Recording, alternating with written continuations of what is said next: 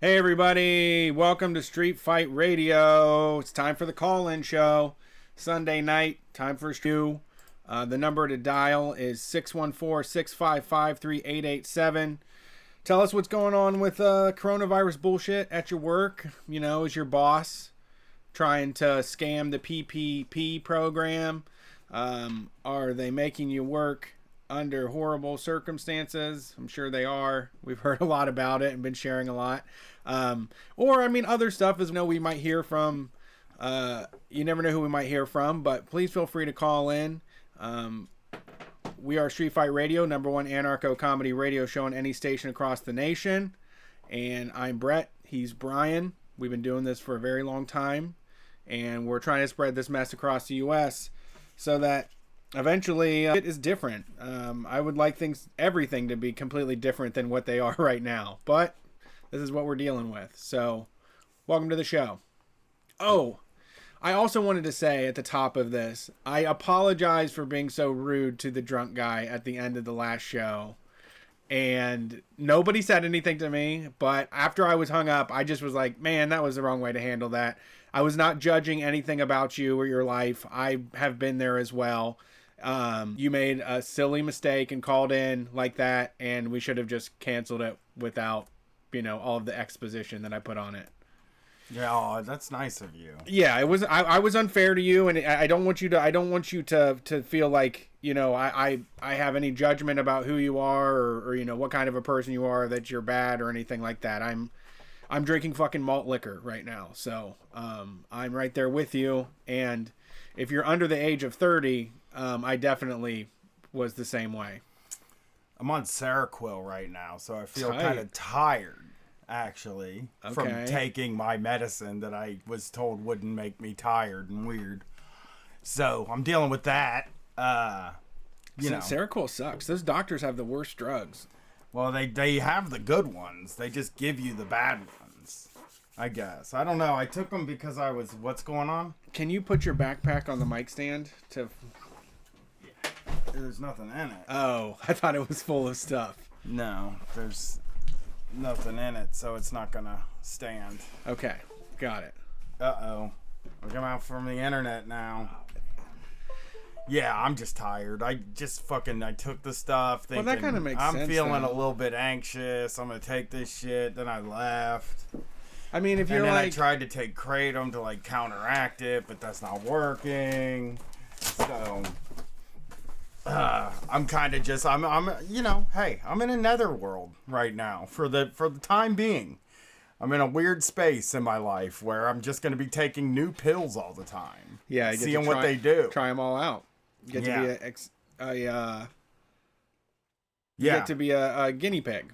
Yeah. Can't just do what works. You got to do all the things that don't work before you can do what works. That's how you get things done. That's how the medical thing works. So everything's opening up this week, so I expect our phone calls next week to be pretty bad. I'm nervous about that. Yeah. Gonna probably change my walk. You think so? I am, yeah. You're just gonna avoid people? Well, it's just, I'm not gonna fucking go walking around on High Street now, you know? Right. Like, when everything was closed, it felt relatively safe, like nobody was out there. But, people are going to have to go out there. They're going to make them go back to work. And then the places are going to be open no matter what. And then there's a certain amount of people that are going to go out anyway because they don't think it's real. But I saw a poll today that says 71% of people are like, we're opening things up too early. And it's like, so let's just gear everything toward the 29% of people who don't think that. Right. You know? Right. Yeah, and people are they're terrible at it. Once again, most people don't, even if they are self-isolating and stuff, they still forget to believe in it when they're outside. Like, the few times I've had to wait in a line, it's just kind of like, back off. Everybody is going to wait. Like, they're doing the same thing. Waiting for fast food or waiting for food at a counter with a bunch of people is like the most infuriating thing in the world, because people are just so weird and so laser focused and have no more manners when they're waiting for a Coney dog outside of a Dairy Queen window. Yeah. And they just lose all sense of reasoning and they just want a dilly bar and they will like squeeze past you to get it. It's like when I was into the grocery store where people are still like impatient and are like, can I squeeze around you? And it's like, no, you can't, motherfucker. You can't. You wait. You add 5 seconds to this grocery trip. Yeah. Because you had to wait for me to find the right fucking bean in this aisle. Yeah, I keep trying to like, I'm not going to the grocery store. I don't want to go next week. I feel like it's going to be just like it was when that night, the night it all happened and everybody went to the grocery store. I feel like, I don't know. I don't know what's going to happen. I just saw a picture right before we started of some place in Colorado that opened on Mother's Day as like a constitutional right apparently or something. And it was packed full of people not wearing masks and shit. It was just like, people are just like, yeah, let's just do it. Fuck it. I saw a picture of a TJ Maxx that was completely full. There was probably 50 people in the picture, and 2 of them had masks on. Makes me feel like, why did we shouldn't have locked it down. Might as well not. What the fuck? What's the point? Yeah. Anymore? If everybody's just gonna fucking get it and die, fuck. We could have been open. We could have been on tour. Yeah. I mean, I wouldn't have. I definitely would be following. I'm going to be following it no matter what. I am too. I'm saying that the government isn't making me do this. No, I'm reading stuff. I'm saying that like I find it very weird that Mike DeWine was this dude who was like. He was like leading leading a lot of red states and doing what we were supposed to do, and then to end it early just wipes it all away. It just is like, okay, well, I mean, you didn't do anything there then. Yeah. You didn't do nothing. We just closed everything. If everything's gonna fucking be open, then let's just open everything up. Here's the thing, man. Historically, the second wave is where people start losing loved ones at a pace that becomes alarming. You think a lot of old rock stars have died now. Wait until 3 weeks from now. Yeah. Because that's the fucked up thing too, is they open it up and then there's that long ass thing. So there's 3 weeks of people cheersing at bars and like, we beat COVID. We did it. Yeah. We did it. And then when June gets here, they're going to be sharing a fucking, they're going to be sharing a ventilator together instead of a pint. Talked to my immunocompromised fucking mom today. And she was like, oh, I saw they're opening up. I called my hair lady right away. And I was like, Mom, don't go get your hair done. You're not leaving the house anyway. Just don't do it. I mean, my family, all 3 of us have decided we're not changing anything from the way it's been for the past month or 2, or I can't even fucking tell anymore. But we've decided we ain't changing shit because it's scary and stupid. And Katie's work, I don't think they're gonna make her go back. Yeah. Anytime soon. So from what I know. I mean, she might have to go back once a week. Yeah, but they're gonna stagger like everybody, so that like they're not in the office at the same time. So I mean, I don't know. I just think like I don't get it. I don't. Like I said, I don't know why you shut it down if you're just gonna open it back up early. I don't know like what the fucking point was. Capitalist, because I hate that word so much, saying it as the reason, but they just have to have transactions. They really do.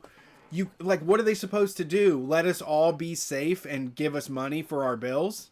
Mm-hmm. Yeah. That's ludicrous to say to a Republican or a Democrat. Yeah. To say, how about you keep everybody safe? We don't need very much. Canada's doing it, It fucking rocks when they say, let's keep everybody, they want to keep everybody safe, so they fly drones around in foreign countries and kill teenagers.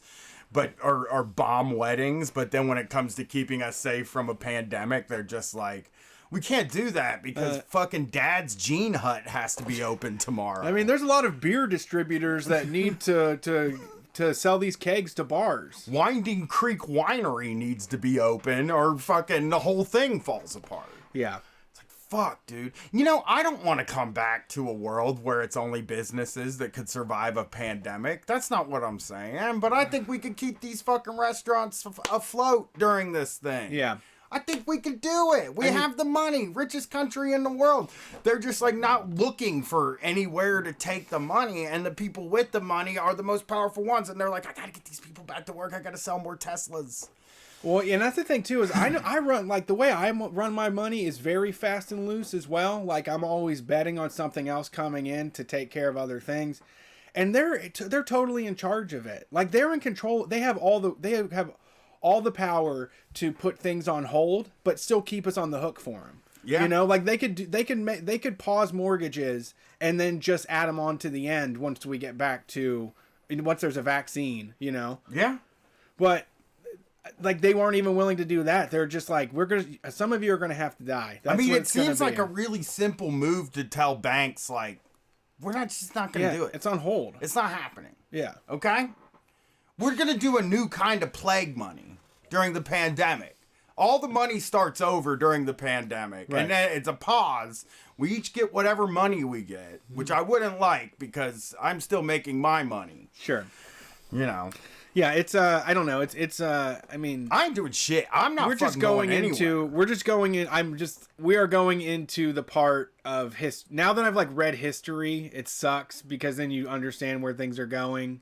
Like this is why I like to remain ignorant. I don't know why I research shit. I really shouldn't have looked further into this. Didn't look into this. I felt so stupid. Wasn't gonna do it. Was it? Well, I know you have a reason. If I was you, I would have looked into it too because you did like early on be like, this ain't shit, and then got yelled at. Yeah. And I would have been like, oh, I'm gonna look into this probably. And sure. I'm nervous about everything. So like it's not like I was erring on the side of the whole world's falling apart tomorrow, and I think that every day of my entire life. That. The shitty thing about it is that it's such a mild thing. It's not like the end of the world at all. But it's a very manageable thing. And once again, I mean, this is how we ended up who we are. It's just frustrating to watch the people that are in charge not really get what the fuck is happening. And really just be focused on making their money and, you know, selling us all out. They don't care. They don't care. My wife went and saw her parents yesterday. I don't think they're going to do that again for a while. I'm pretty sure. She, like, stopped to drop a card off. And they gave her these. It's not a sponsorship, so I don't, but they're called Whizzy Wipes, and it's toilet paper inside of a tube, and you have to reconstitute it with water. And he said, her dad was like, I don't have to worry about nothing. I got the toilet paper. I got these wipes. And Katie was like, how do you get them wet? And he was like, well, you stick them in a creek or something. Like, because he was like, you can use these while you're hiking if you have to pee. She's like, how would I get it wet? And he was like, just put them in a creek. And I was like, Yeah, I'm not wiping with creek water. But I reconstituted one, and there's no way this dude's duties are gonna. But he would have to reconstitute a whole pack of these. It's like a wet wipe. It's a dry wipe. Here, I'll throw it to you. But I thought it was a little you moist. just get it wet, and then you get it wet. You go run it underwater. He went to take it like a pill. Yeah, on the stream I joked about it. It would be so funny to swallow it and have it expand in my throat. Yeah. And then he's like, I'm not worried about coronavirus. And it's like, you live in the middle of nowhere and you never leave your fucking house. I don't have I wanted to soak just go out. You can go put water on it out there. It'll fucking open up as soon as you put water from the sink on it. I wanted to soak it in malt liquor and see if I could squeeze it out. Yeah, crick water. You can use crick water. What's it called? Whizzy Wipes. Ugh. They're for when you pee. You gotta go pee when you're hiking. You get a little wipey pill. Yeah. It's weird, man. Like, they're prepping, right? Like, why are they prepping if it's not a big fucking deal? That's the question. What are you prepping for? Oh, God, I have to prep because fucking... I'm trying to think of a store. It's just driving me fucking nuts. Thread. A women's boutique called Thread isn't open for business today. So I'm fucking... preparing for the worst. It'll be like nuclear war. It's just so stupid. I fucking hate this country. It's like gauze-ish. It's kind of like gauze. There's no way a grown man's doo-doo is gonna fucking... So those are just like for peeing. This is... Okay. I thought it was that wide. This is too holy for me to trust. I know! Look at this. It's cheesecloth. This is cheesecloth. It's so worthless. Dude, don't shake hands with that guy. He's got poop all over him. Well, there's no way you use that for a duty of a grown man, of my father-in-law's size, where they had to they babysit their nieces and nephews, and they're getting paid in meat. because Like, like meat. Like my sister-in-law is paying them to babysit her kids in piles of meat. does she get butchered cows or something, or does she have? No, she's just going to the store and getting meat, trading Oh. the meat for babysitting services because there is a meat shortage. I'm not against that. Meat. Just Yeah, meat's out. meat is like the thing you don't need. That's the thing in the house you don't need. And also those wipes for when you whiz in the woods. So weird. He also used the N-word within minutes of them getting there. My daughter just was, Katie was like, they got there, they went to drop off a card, be nice, social distance, everything. I do have some news though. Turn them into stoners. Okay, I turn my in-laws into stoners. not bad. They're asking for. Well, you didn't finish your other story. Well, it just like Gwen Were got you in there? the car. Hell no. No, I'm not going anywhere, dude. Okay. I don't want to go out there. I thought it was stupid to go out there in the first place. So he just like yelled it from 6 feet away. He called pigeons. Oh God. Yeah, it's like that kind of thing. You Ugh. know? And it's just like, dude, why do you do this when Gwen? Because, like, here's the fucking thing, right?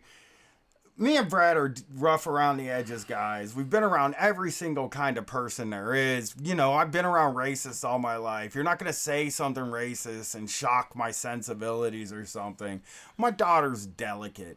My daughter is a delicate flower of a child who doesn't hear those words ever and, like, has recently been telling me the worst possible thing could happen is for her to hear the N-word. Her to hear somebody say that. Okay. And then she hears her grandpa say it, and it's like, God, what do you even do about family members like that? Like, that just show off around a teenager. You know, like, I really think he's showing off. He is. No, He's just absolutely. being a funny, edgy guy showing off, you know? Because who would fucking say that?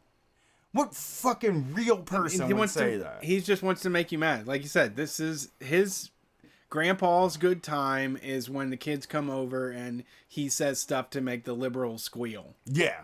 So, yeah, that's a lot of grandpas these days, too. Their good time is, like, making liberals freak. Yeah. But, yeah, so they threw cards at them and left, and I hope they don't go back out there again. They're sequestered. I don't know. You know, my wife, my kid, and those two haven't been anywhere. But it still is just like... I also heard somebody that works in the hospital that's related to my wife isn't getting any hazard pay at all, and she's not a nurse. Right. She's not a doctor.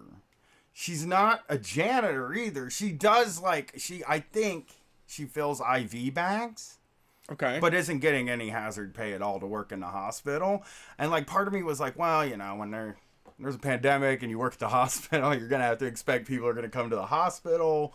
But like, damn, don't they deserve something for coming there? You know? Yeah, that's the most exposure. Like $10 an hour or something, 10 extra dollars. Anybody around it deserves it. Mm-hmm. Like, I mean, it doesn't matter what your job is. Like, even the janitors, it doesn't matter I know if they're that. doing the fucking. If they're Well, I doing think the janitors even more is like sort of they're dealing with the waste and stuff, you know? It's all the whole place is. I think that's all evil. I don't think equal. I don't think anybody is doing any more exposure. I also want to correct something that I said last week and maybe didn't articulate correctly. I don't think Kroger is a good company. I didn't say that they were good, but I said they're positioning themselves as the good guys. Yeah, they are in town. And we do know now that after we did that show, the day after they announced that they were canceling hazard pay next week. Oh, I didn't see that. After we said all that stuff. And I think like somebody messaged me that works at Kroger and was just like, hey, Kroger's not that great. I mean, they are positioning themselves as the guy. Yeah. We were saying it cynically. Yeah. I'm saying that they were setting up drive-throughs as a marketing campaign. Yeah. COVID testing. I never said they were I just doing think a good I job. said like that they're trying, you know? I think I probably said something like they're trying, but you know, the dude was just like, yeah, I work there. I've been working there for a few years. I make $10.50 an hour. So they're not like great or anything. And I was like, yeah, I know. People don't know this, but I worked at Kroger also for almost 9 months when I was 18 years old. And they paid me $5.15 an hour. And I got fired for going to Lollapalooza. That was It the whole happens. big thing. Yeah. You know, at Kroger, the thing that I never experienced at any other job ever is you have to call your bosses Mr. or Mrs. Oh, Yeah. interesting. Yeah. Because they have kids there? Like, I don't know. 30-year-old man has to call his Yes. fucking boss Mr. Quimby? Mr. Man. His name was Ken Mann. Mr. Man. Oh, I like that. Then. And I had to go up and like at an 18-year-old, just feeling my roots as an adult, you know, like I'm finally an adult. I'm graduating from school. I don't have to take orders for nobody. And I'm like, Mr. Man, may I please have it? You do. You have to call them all Mr. or Mrs. Like Yeah. that's the rules there. There was Denise, which we called Mrs. Denise. Yes. That seems smart alecky, but that was what we called her. She was mean and she yelled at everybody. She requested it? Yeah, Miss Denise. But you do have to do Mr. or Mrs. Because if you want to be called by your first name, you fuck up the whole convention at the place, so they still make you do it. You know what I'm saying? Yeah. So she's like, I want to be called by my first name, but the like- the customs in the place are like, well, you still have to be Mrs. Denise or Yeah. Ms. Denise. Yeah. And it's just like that was always the weirdest thing about working there for me was having to call my manager Mr. Man. Hey, Mr. Man. Hey, Mr. Man. Yeah. All right. Mr. Man is who I threatened to fight. He's another manager that I wanted to fight. He would have whipped my ass. He would have wiped the floor with me. Mm-hmm. And then, like, what he did so kindly for me, he's a manager, you know, asshole, whatever. But what he kindly did for me instead of whipping my ass is he had two guys carry me out while I yelled at him. So it made me look like the tough guy. Yeah, that's great. You know what I mean? Like, so he had like these two guys. They're like, "Come on, Brian, let's go." And they kind of lifted under me. I was like, "I'll fuck you up." And Perfect. I was like, "Thanks." I mean, now I want to thank Mr. Man. Mr. Man now for making me look like a badass, getting dragged out of the grocery store. Yeah. We can take some calls. Yeah, I also wanted to say before all the horrible Corona shit, that I have had a really good time this week on this website called humblebundle.com. They will sell you a big bundle of video games for super cheap. And I got this board game pack from Asmodee Digital for $12, and it has Small World, Carcassonne, Love Letter, Kings and Assassin, Potion Explosion, Splendor, and I've been playing that all week long. We have the touchscreen laptops, so me and my wife have just been sitting in bed and playing Splendor until like 3 a.m. It's fucking awesome. So if you're on Steam and you want to play board games, I'm not going to play Destiny 2. I'm not going to play Doom Eternal. I'm playing board games on Steam. So if you're into that, add me on Steam. The name is just Street Fight Radio with spaces in between. Or you can DM me and I'll send you an invite to my profile. But I've been enjoying that. I've been trying to find stuff that is making me happy. And the other thing also this week in my journey of metal, Brian, Yeah. I realized how much new metal sucks this week. Don't say that. Yeah, I've been listening to like Ozzy from like metal from 68 to basically 88, like all of the stuff. And today I listened to Got the Life by Korn, and immediately it sounded horrible. And I had the realization of like all the old guys in the 90s when that stuff was happening, when like this fucking sucks. Because there's no guitar solos at all, Yeah. which I hate. Well, I hate I guitar only solos. like guitar solos, and there's no like it's not blues based anymore. It totally leaves rap totally based. leaves the blues based rhythms that that's I gone. fucking love. That's what I've been listening to it. I mean I still like new metal, but I'm just saying I've solely been listening to like fucking Budgie, Praying Mantis, UFO, Saxon, all these like 70s, 80s British bands, and I can immediately hear the difference in new metal. I totally get it. It's weird. New metal listeners, I'll never leave you. I am the biggest fan. I'm the biggest supporter of the genre of music, and I will stay with you forever. I'm I not saying think it's bad. I'm just saying I was primed to have this. I was somehow primed to have the same feeling of every old man, every Metallica fan that was 40 years old in 1995. You know? Like, Yeah. what the hell is this shit? Yeah, I mean, Got the Life. They did get rid of all the solos, which I think actually happens every about 7 or 8 years to every decade is like somebody's like, let's get these fucking solos out of here. I hate them. And Solos then they have been go away, gone. and then they come back, and then they go away. I mean, in the early 2000s, solos went away, but then the Mars true. Volta and stuff like that came out. Lamb of and then their God. solos came back, and then the solos go away, and people get tired of them. It's like a whole... Well, I never tire of solos. I do. I did. I love a fucking bass solo. That's Yeah. because Iron Maiden. Yeah. Yeah, I do too, because of... I want to thank also Nick, our accountant, for sending me a bunch of magazine... heavy metal comic books. I haven't been able to look through them yet, but I will, because comic books take 5 minutes to read. So there's that. All right. Let's so get some people on the phones. I was reading the chat. Matt in the chat agrees. Says the classical influence of old school is gone with new metal, which is Yeah. good. I mean, I understand the Badass. attitude. I do. I'm not saying I think the music is bad. I just somehow I really just have marinated myself in the old stuff so much that it just sounds wrong. It's like, Yeah, what I have to what's listen. going on? Isn't somebody going to scream like an opera singer or something at some point? I have to listen to new metal at least twice a month, so like it's always there. It's always kind of like sort of rotating into my music listening, where it's like no matter what I'm listening to twice a month, I gotta take 2-3 days and listen to a new metal album. Okay. You know, so I'm never not used to it. I'm constant. I'm like immune. I have herd immunity, which is the wrong way to use that, but I thought I would just use it because it's topical. I have immunity to heavy metal, you know, or to new metal, where it's like I don't need a solo. I like the rapping. I like the heavy bass, and I like the breakdowns, which is basically what they took from metal was breakdowns. You gotta see this. You gotta see this. What's his name? Rick Beato. Somebody posted it in the Street Fight group. He breaks down the song "Got the Life" by Korn. Oh yeah, somebody sent that to me and John. Dude, too, you and should John watch told it. me to watch it. I mean, the guy's ear is incredible, and he's really fast with his equipment.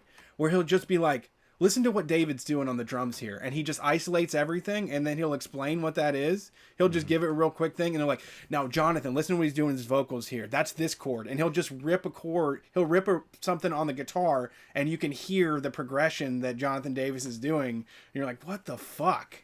I thought this was just beating on instruments. Yeah, a guy sent that to me. Somebody sent that to me and John, and then John texted me yesterday and told me to watch it. Then you did. I think the 2 co-host rule. Like, Yeah. I have to watch it. You should. I have to You'll watch love the it. video. Yeah. You're gonna turn on the album afterwards and get so pumped. I doubt it. The guy does it well. Yeah, I guess you don't like nerd. Like, I like it in a nerdy way because I do enjoy the technical people, the folks that like really understand how music works. It's like the thing in my life that I can't do, so I'm truly just like a fan of it. I can make better movies than Marvel, but like I couldn't make better music than anybody. Can me and Katie started the Matrix trilogy last night. Woo, that's a We're fun going one. in on Matrix. Yeah, that's cool. Yeah. First one. Oh, really mind blowing. I've seen the Yeah. Matrix 1 before, but I didn't remember a single second of it. We watched it last night, and I was like, It's I good. fucking felt like a teenager because I was like, this is so much deeper than I remember it, dude. Yes. This is the Matrix. You know Yeah. what I'm saying? Like, we could be in a I did. Some people say we might be in a simulation. Yeah, I like really did like. I liked it as a neat action movie, but I don't think I fully grasped it when it came out because I wasn't looking for a message when I saw it, and then I watched it. I watched it last night, and I was like, "You got a lot of good points in this movie." You know, it's good. It's fun. It's funny. I used to compare it a lot to V for Vendetta, but it's like actually like I think better than that. I used to think V for Vendetta was better than The Matrix, which somehow said something about The Matrix, about me as a person, when I would deeply identify what entertainment I consume as what kind of person I was. It's like I used to say, you know, you can like Marilyn Manson and Nine Inch Nails, but you like one more, and it says something about you. I like Marilyn Manson, so I don't know what it says about you, but that's what I want to present to people. Sure. It was the same thing. It was like V for Vendetta and The Matrix, and I was always like, I like V for Vendetta, which is a false binary anyway. Like, Yeah. nobody is comparing, nobody's saying that, but like I love The Matrix. Now, I have not seen the next two ever. I never watched them. No, because people said they sucked. So now I'm watching them. I'm going in with an open mind. I think you'll be fine. I think that if you don't care about the quantum mechanics and shit behind all of it. There's some really dope fucking fights. Well, I like when that. those fucking twin guys are like smashing SUVs on the freeway at 65 miles an hour. It is the coolest shit. I mean, the Bourne fights really let me down because I watched the Bourne movies early in my action movie appreciation time. And like, I thought the fights in that movie were like the coolest shit in the world. Then I watched it like 2 weeks ago and I was like, the fights in this movie fucking suck. Yeah, they don't show anything. Yeah. It's all in your mind. Do it. Yeah. Yeah. It's just like a shaky camera go. Yeah. Yeah. It's like Matt Damon moves like this, and then they just show 6 different camera shots of his arm moving fast. Yeah. They do a close up on like an elbow going into the ribs or something, and then fast cut to a foot on someone's neck. Yeah, yeah. All right. I think we should get some calls in. Time to take. Who knows how long I'm going to last? Really? I mean, probably through the whole show, but how long he'll last. Thanks for calling Street Fight. Who are we talking to tonight? Hey, this is Andrea from New York. Hey, Andrea, what's up? I actually called you guys back in March. I'm the bartender with the Bernie Sanders mug. You gave that guy some what for? The what for? Yeah. I just wanted to call because on the Wednesday show, Brian was talking about Seroquel and just trying to get some Xanax for his panic attacks. Yeah. So, I was on Seroquel years ago and I hated it. I'm on Xanax now, so I was just wondering if there's any doctors in your area that are like old school. Well, I mean, so what ended up happening was I had therapy Friday, and I told the guy that I was in crisis, basically. Uh-huh. And I told him that, like, I'm not interested in adding a new doctor. I told him basically this is what I said. I said, I'm going to come off all the pills if this shit continues. Because it's fucking crazy.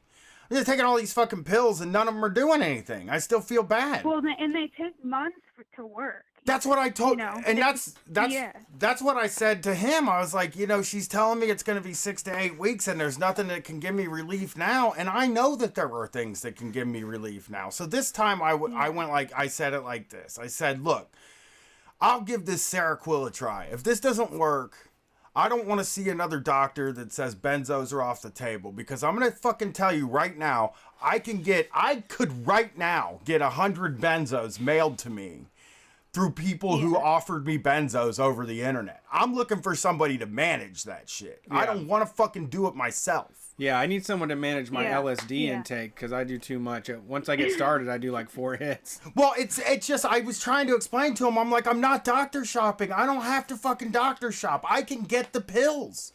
It's not hard for me to get the fucking pills. I'm semi-famous. I'm famous enough to be able to get free drugs. Yeah. And he sent... Yeah, I mean that is. I mean, I think so as well. I mean, the best circumstance would have someone in a lab coat doing like right beside you while you're doing your drugs to kind of say what's the best, like what the results are like. Yeah, well, and it was she made it sound like she was taking benzos off the table, and I don't want any doctors taking anything off the table the first time they talk to me.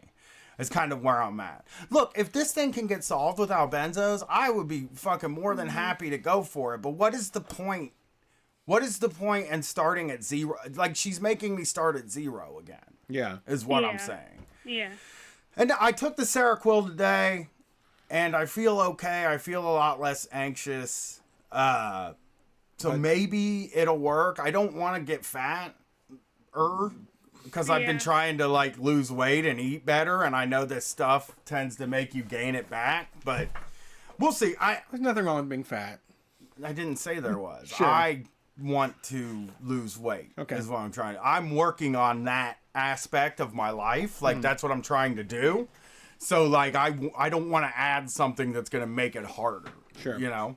So like Yeah, I mean, I don't know what's going to end up happening. I don't know if this doctor's just going to get fed up with me and send me to somebody else, or I don't really quite understand it. I don't know. That they say that they don't want you to have benzos because they can cause dementia, but they don't know what Seroquel causes because I Right. you know what I mean? So, like, what's the Yeah, difference? Well, I take a Xanax every night, and it sucks because, like, if I don't take one, I get really sick the next day. Like, there's been times where, we go and stay in a hotel or something, and I forget to bring them, and, like, I get physically ill after not taking them for 8 hours. Yeah. But it's really the only thing, honestly, that works. Like, the first night of lockdown, I had a nervous breakdown, and without my Xanax, I wouldn't have made it through. Like, it's just, I feel bad. If you can find, like, an old school doctor that only prescribed those things, I don't know. There should be a website called talking, I feel so sad. Yeah, I'll be okay. I'm getting there. I mean, I'm working on, like, I am talking to these people and I'm telling them that, like, it's been 5 years of this, and that, like, yeah. I'm up, and like the therapist is a very cool guy, and he's talking to the doctor about he sent a message to the doctor because I'm scared of, I didn't want to make the doctor feel bad after she offered me the same 3 things. Like, I didn't want to be like, look, you're just offering me what my doctor offered me, and I don't want to do that anymore. And so he sent a thing, and who knows what's going to happen. But I just, hopefully they get it taken care of. I really want to beat it without too much, like, I really want to beat it without, like, too much, like, Xanax or any of that stuff. But I also know that Xanax can help you get through panic attacks. Yeah. I've been there and I've seen it happen. And my therapist is like, well, I mean, if you get really bad again, just go to the emergency room. I don't want to go to the emergency room over and over again. We need to make. You can prevent me from having to do that, and just do it. Yeah, he can't though. I mean, that's the thing is the therapist can't really do anything. It's up to a doctor. Yeah. Very weird system we have here. It sucks, but I think I'll be okay. It's been going on for 5 years. It just flares up every once in a while, and this coronavirus thing has got me kind of on edge. Yeah. And I'm just like, I think I have exhausted my good fortune. Like, for a while, I was able to be like, oh, I got a cool job. And then I can talk myself down. But, you become immune to that even. Like, the good things in life, you become immune to them. And then you're like, everything's fucked. It's falling apart, But yeah, I think I'll be okay. I mean, this Seroquel just makes me sweaty. That's really it. It reminds me of Busaprone, which I was on for a little bit. Woo. But we need to have a website called doctorswhosmokecigarettes.com where you can find cool doctors, the ones that are like legit, like, health professionals, not just like bullshit pushers for the big pharma people. Yeah. I just, how long did it take you? Did you, like, go through the thing? Did you, like, spend a lot of time with the doctor? Oh, yeah. I went to numerous therapies. I was a guinea pig. They had me on so much stuff. Shit. And I went off of everything for a few years. And then, about 7 years ago, I started getting panic attacks again. And I saw a doctor who was, like, on the brink of retirement, and, like, she just said, well, I've always prescribed Xanax, so I kind of lucked out there. But honestly, it was just the first time I took it, I was like, well, why didn't they just do this to begin with? Because I took all those other pills for years, and it just was, I felt like a zombie. Yeah. They gave me, she upped my Zoloft, but didn't give me a script for it, so I don't really know how I'm supposed to take that either. You know, and Yeah. again, when they talk about addiction, they don't talk about this stuff that we have to take every day. Like once you get on Zoloft, it's not like you can just stop taking Zoloft. Yeah. It's the yeah. same thing as Xanax or any of these things. Only Xanax actually works. And that Yeah, I'll never be able to go off Xanax. Like, I just know that now. You know, it's just a medicine that I'm probably gonna have to take forever. yeah. I mean, I did say that like I'm really considering coming off of everything if they're not going to give me Yeah. anything that helps, because it just feels like you get on a bunch of shit, you know, and none of it's helping, but you're taking it every day and you're just like, why am I doing this? Like, why? What is the Yeah. fucking point? But I think I'll be good. Don't worry about me. That's what I'll say, Andrea. Okay. And Well, I got some advice. that Okay. I would like from you guys. okay. So, my business that I own a dance studio, and I had to shut down. And so like that's my livelihood. I'm really struggling right now with do I reopen again in the fall or just like take a year off? And, like the way that I see it is like these kids, everything in their life got canceled. There's nothing to look forward to, and if I can have something for like a half an hour a day for these kids to come out and have fun, do I do that? I think like I would hold off on canceling anything that's going to happen in the fall. You know, I don't know like what's going to be going on by then, but I mean, you never know. Like I mean, obviously you're probably not going to be able to open for the summer, but like No. by August we should have a closer idea, because like I don't want to say that I'm not touring in 2020. Like I'm not going to say that. Although I don't know that I don't fully 100% know that I am not touring in 2020, but as of right now I plan to do tour dates in 2020. But only if it's safe, cuz I'm, you know, I don't want to kill my audience. That's bad to do to people. Yeah. That's where I'm at. I just don't. I'm struggling because I just don't know if I'm doing the right thing. Yeah. You know? Yeah, I don't know. I think I would hold off, you know, on canceling it, but I would definitely like, I mean, you know, I don't know what they're going to do for, I do not know what they're going to do for people like you. I really don't. Like, you know, the hope is that everything sort of gets to a point where they're either paying us or they've figured out how to stop this thing from spreading. And Right. I think like anything can happen, and that's I guess where I'm at with it is like hope for the best and prepare for maybe not opening back up until next year, you know? Yeah. It just sucks. I've been applying for jobs, and I don't ever want to have to do that again. I know. Me neither. I agree. I'm with you. I don't even know how you do that anymore. Like, I don't even know what I'm qualified for at this point. Right. Yeah. That's same. It's like I've been doing this for so long. I don't even know. I don't have any. I don't know. Yeah. What do you Crazy, think? but- Like, what are you applying for? Well, I applied to be a contact tracer because the state's looking for those, and just stupid office work, you know, sitting behind a phone all day. But Yeah. Well, who knows? I just was wondering because I was like, if I ever have to apply for a job, I don't even know what the job would be. Like, what Right. what would I apply for? Like, talking guy. I mean, I would probably just go. If I'm gonna be completely honest, the first thing I'd do is just go to the Amazon warehouse and buy some fake pee.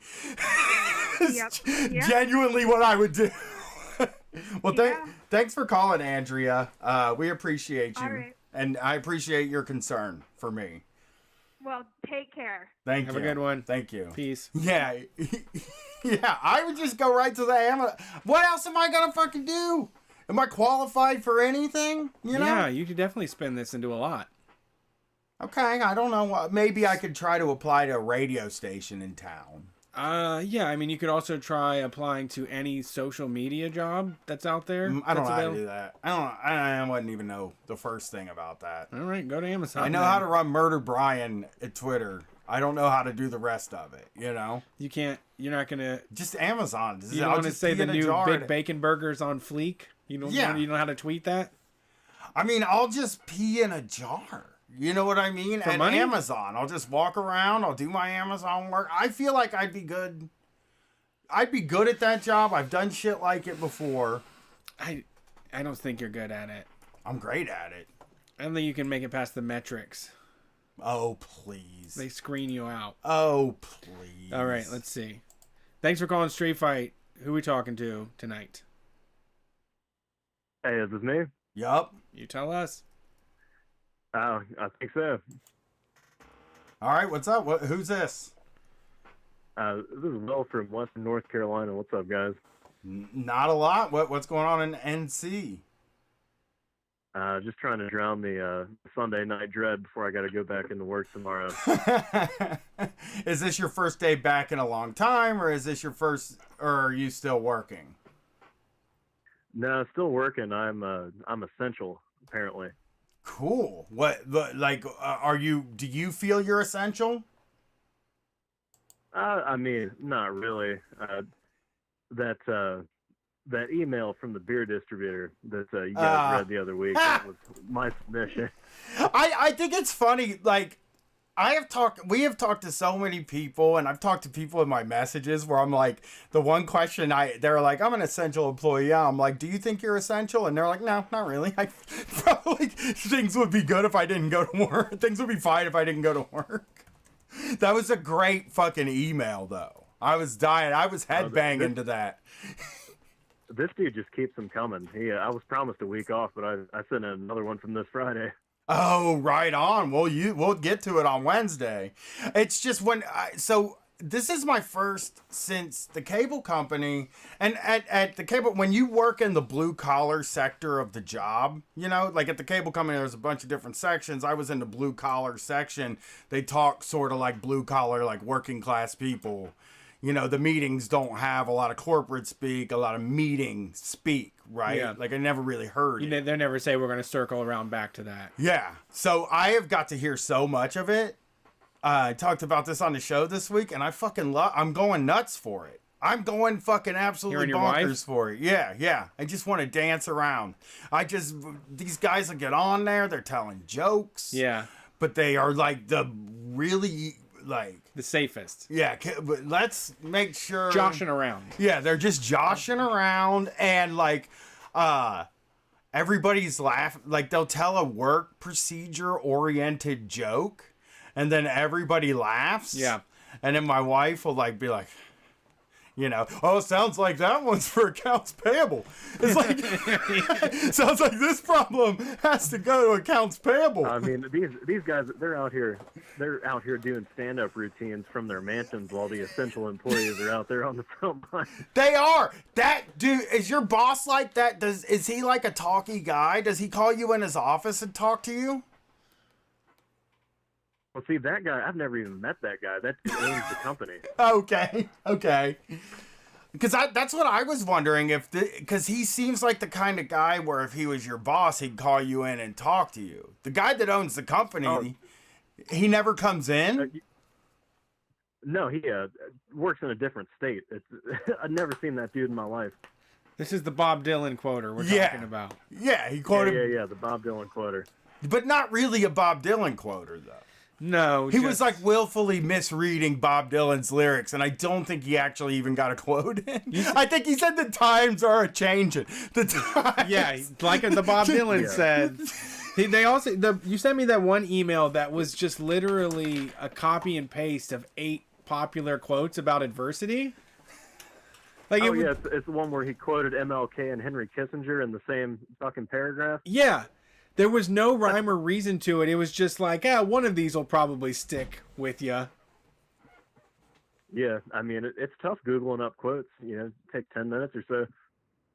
Yeah, it's such a disingenuous part of the job. I remember doing like company newsletters at places I worked at, and we'd have to like look up a quote. That was like one of their secrets to success was like put an inspiring quote at the bottom of the newsletter.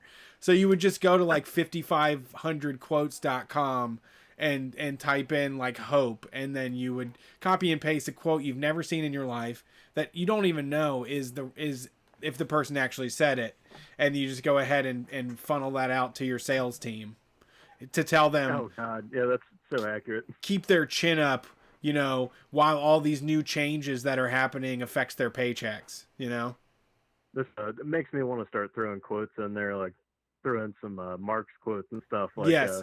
Signature of my email, just workers the world unite, you have nothing to lose but your chains. Yes, that's perfect. Have a quote battle with your boss. Hey, like, oh, that's a pretty good quote. Have you heard this one? This Emma Goldman? But yeah, I just want to call in, talk about the shit that's going on out here right now. Yeah, what's happening? Since bars and restaurants got shut down for dine-in service out here, me and my few coworkers who sell beer to bars and restaurants, it's a commission-only job, one of those write-your-own paycheck kind of deals. So, Yeah.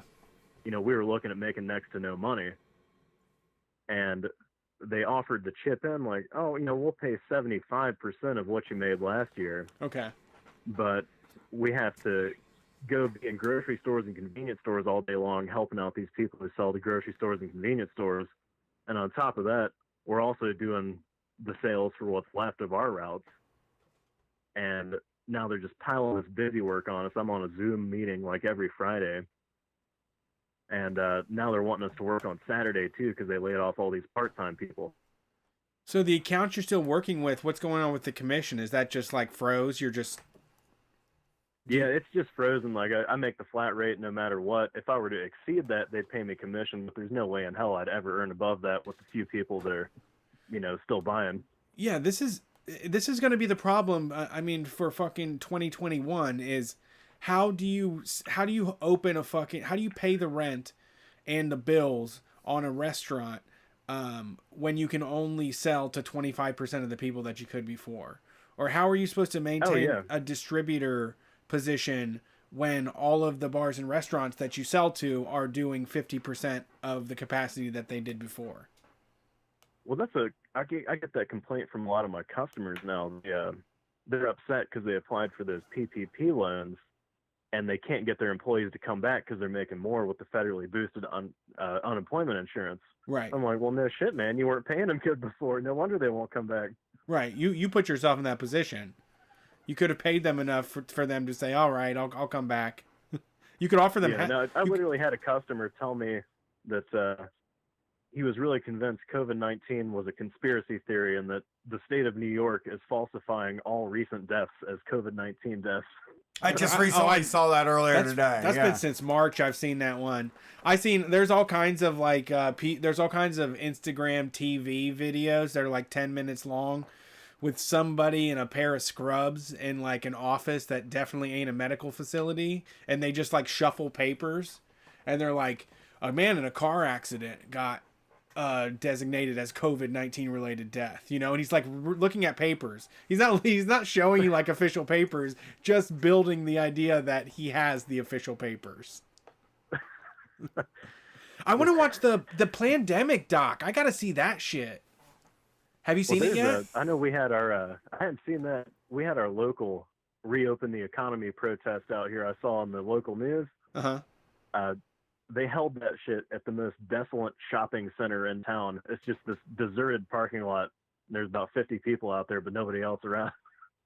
Weird. Yeah, that's what it's been. They have been really small. I mean, like, again, open this Dollar General on the outskirts of town. They did in front of a damn AC Moore. What's in there? Nobody needs anything in there. What? Nobody needs anything in AC Moore. What is AC Moore? It's like the old general store. It's like an old Harts, basically. It's like a Kroger marketplace. Yeah, I'm looking at the Hill. I'm trying to find that post, but yeah, it said 71% of people think we're opening up too early. So you know, you kind of hope that like they stay home, but God, it's so hard for us to resist going shopping, dude. It's gonna be a hard one. This is gonna be tough because like there's gonna be a lot of people like me who are like, or there's going to be a lot of people saying, I'm not going to go out. I'm not going to change my habits, but I just got to go to fucking Target. Yeah. You know? Or they're going to be like, oh, no, Marshalls. Think about all those cheap bathing suits that are at Marshalls right now. I really got to get one. I know really the mall's open Ross. and we shouldn't go to the mall, but I got to go to fucking Champs real quick. Because Yeah. before this thing, there was I bought these shoes and... Yeah, I don't want to camp overnight for the new Jordan 13 leopard prints, but like everybody else is going to be copping them shits, and I gotta resell them the next day. That's what happens with us as people, and like we've been making fun of it for weeks, but we do really think we're entitled to shop. Well, that's really all we have to do. Yes. I mean, there's like nobody has taken up. The sourdough thing has been great. It's nice people are getting in touch with cooking and making their own food. I'm not. I detest that shit right now. But, nobody has a hobby beyond buying the next thing they want to buy. Like, that's, what's the point of doing anything unless you buy shit, you know? It's just laid bare how empty the existence of Americans is. That they don't even have anything to do at their house to take up their time. If you can't shop, you feel like you're in jail. Yeah. Oh, man, I would kill to just stay at the house and not do anything right now. Yeah. Yeah. Not do anything. I mean, you can do a million different things. You can do coding. You can do woodworking. You can repair stuff. You can play games. There is a lot to fucking do. I mean, we have an abundance of things to do. Yeah, already. I haven't had time. I got to watch wrestling for 2 podcasts I'm doing next week, and I fucking haven't had time to watch the matches. You know what I've been dreaming about? Because you've been buying records and stuff. Yeah. I'm just like, what if we never get new media? How fucking awesome would that be? If like you can't make new media anymore, and then all of a sudden we just have to deal with the millions of records and tapes and CDs that are out there that are ready to be listened to that we just ignore. Like we have enough. We don't need to keep anything going. This society sucks ass and doesn't create culture. It just creates reasons to buy. Yeah. Yeah. So I'm loving it, but it is really sad the way that we're like, man, there's nothing to do. All I got to do is learn how to sew or make music or play this game, whatever it is. I don't know. It's just infuriating. I've been playing Mortal Kombat tutorials, so Okay. Trust me, I know I'm learning in this quarantine, so that when I get on the other end, I can beat my brother. Me and Erica did a puzzle, and I fucking loved it. I saw that. It's a hard puzzle too. You did a hard one. It is a hard puzzle. So that's great. Yeah, I mean, it's not that there's nothing to do; it's that there's nowhere to go buy something. Yeah. Like, cause I get my walk in every day, and it's not dangerous to take your walk if you're being responsible. So, but I would obviously like not want to go to work if I worked in convenience stores, if I had to go inside public places either, Yeah. Well, are you still on the line? Yeah, still on the line. Hey, thank you for calling. Please send us the emails as often as you get them. And as long as they keep coming, I'll keep sending them. Thank you. I love your creative boss. Yeah. Thanks for calling in. It is funny. I appreciate it, guys. It is funny that like some of these bosses are taking this as a chance to like flex their literary muscles, because that guy, this guy's boss has nothing to do. He just has he is at home with nothing to do because he's not essential employee. He gets to stay home. And he's worked himself up and he's like, you know what? I'm the general of this company. I have to lead these troops into battle. He's and like, they I have need extra something time. Inspirational. They need to hear the words of Bob Dylan. They need to hear the words of Martin Luther King Jr. They need to hear the words of Henry Kissinger. To quote Bob Dylan, the times they are a changing. Wow. So deep. It's like the Matrix almost. Let's get this calls. Thanks for calling Street Fight. Who are we talking to tonight? Oh, sweet. Is this you? Yep. No. That is one other way That to was ask. good. Yes, it is me. It's us. Yeah. I've been waiting for that one. What's up? My name's Mike. I DM'd the Street Fight Twitter account in like January about working at Panda Express. I don't know if either of you run the account. Brett does. Well, Brett did. I think do. Oh, you're still on there a lot? Yeah, I check it. Yeah. Limited menu at Panda Express right now. That's what I learned. Oh man, you have no idea how many people pull up to the drive-thru, see we don't have a dish, and just leave. Well, there is Go this. home. I knew the reason I know this is because I walk by one sometimes, and if there's a sign outside warning you that we've limited it to our most popular menu items, you know you've had some flip outs. And a huge Panda Express sign on the side of the building that says like we're not making everything. We just have the sweet and sour chicken. That's all we are. Sweet and sour chicken express now. No, you sent. Okay, I remember now. You sent links to the Chinese New Year's celebration that Panda Express was doing, which is supposed to be like a $20 bonus for everybody. No, it was a sweepstakes for customers to enter, where you could like win a trip to like Disneyland or something dumb. Okay. But that was for Chinese New Year's. But then for employees, what we've gotten the last few years is a crisp dollar bill. $1 bill for good luck. That's like what you $1 get for doing the Nielsen ratings. They send you one of those. Yeah.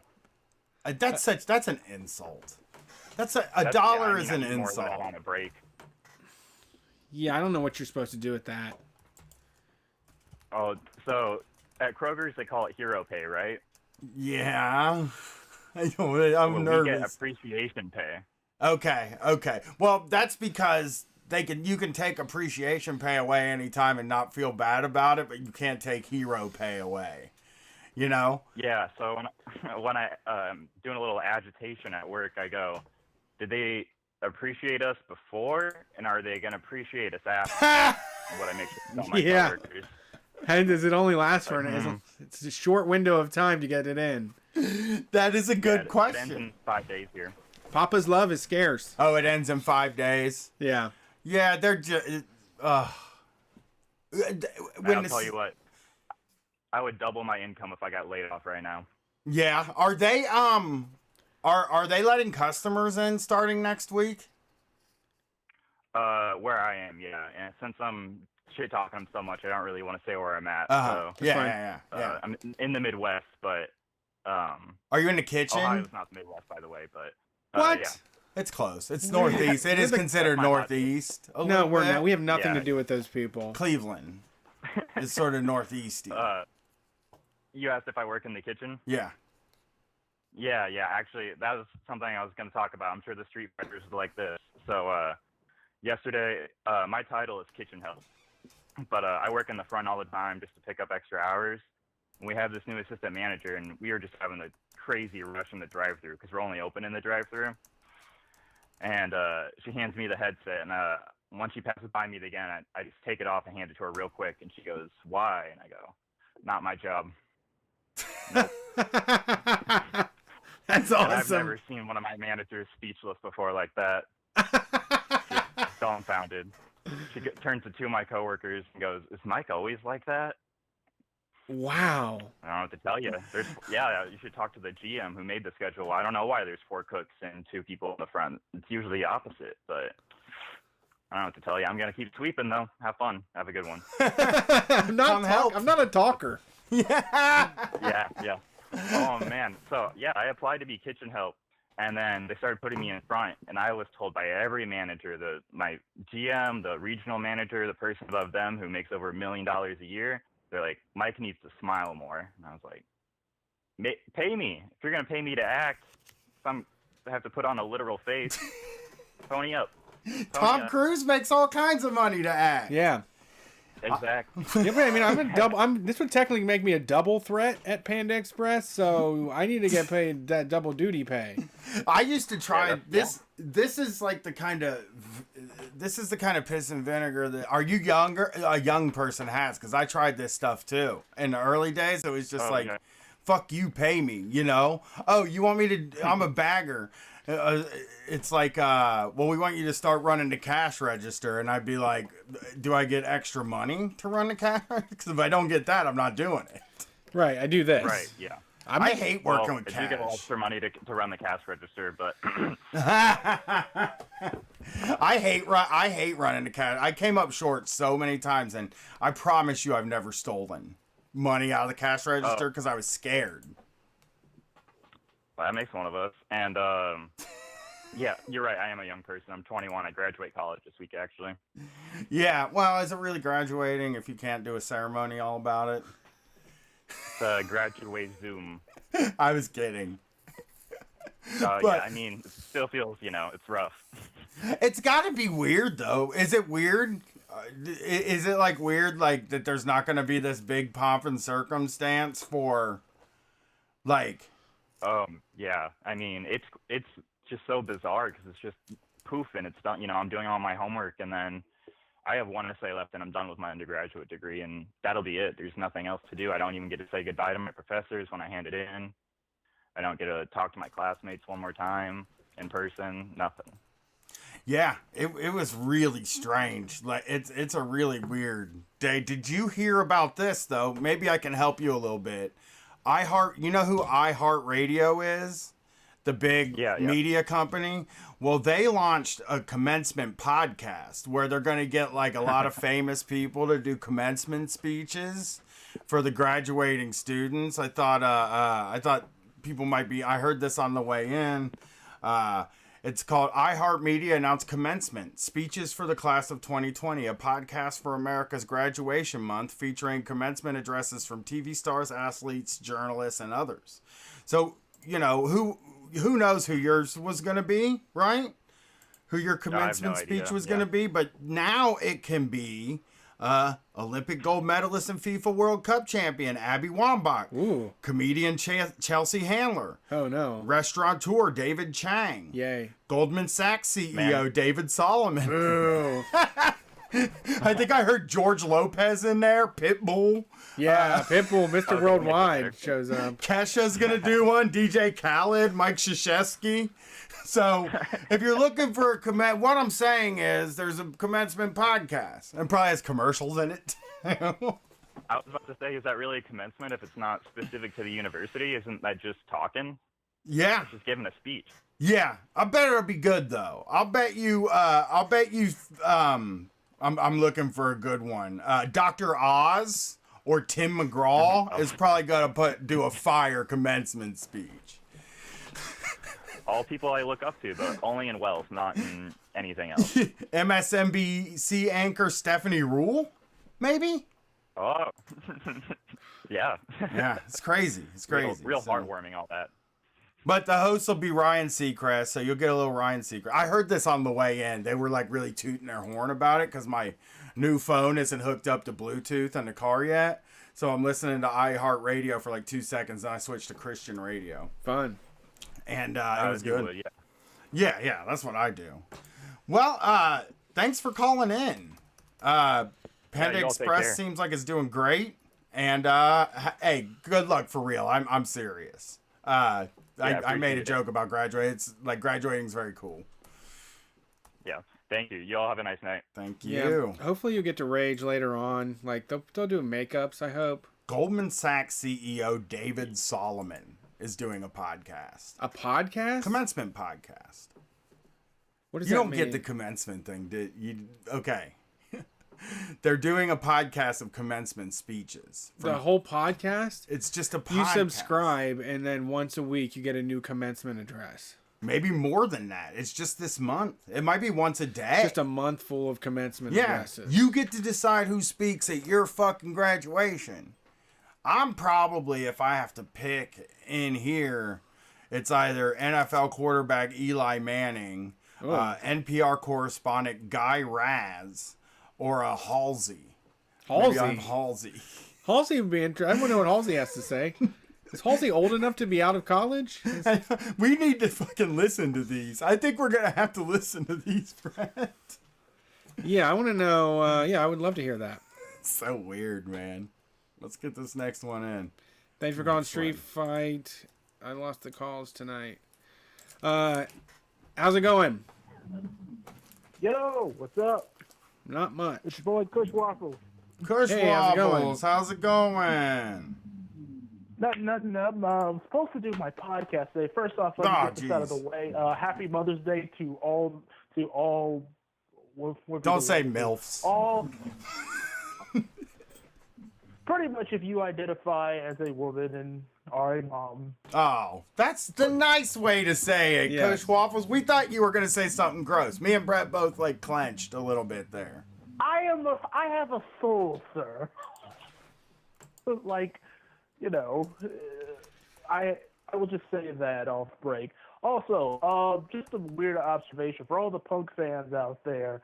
Isn't it hilarious that capitalism tried its best to pretty much offset all the like shit that pretty much all the like 70s punk bands and all the post-punk bands were talking about, and yet America is currently living through the lyrics of the Clash's "Rock the Casbah" as we speak. Isn't that a little bit funny? I think so. I don't know the lyrics to Rock the Casbah.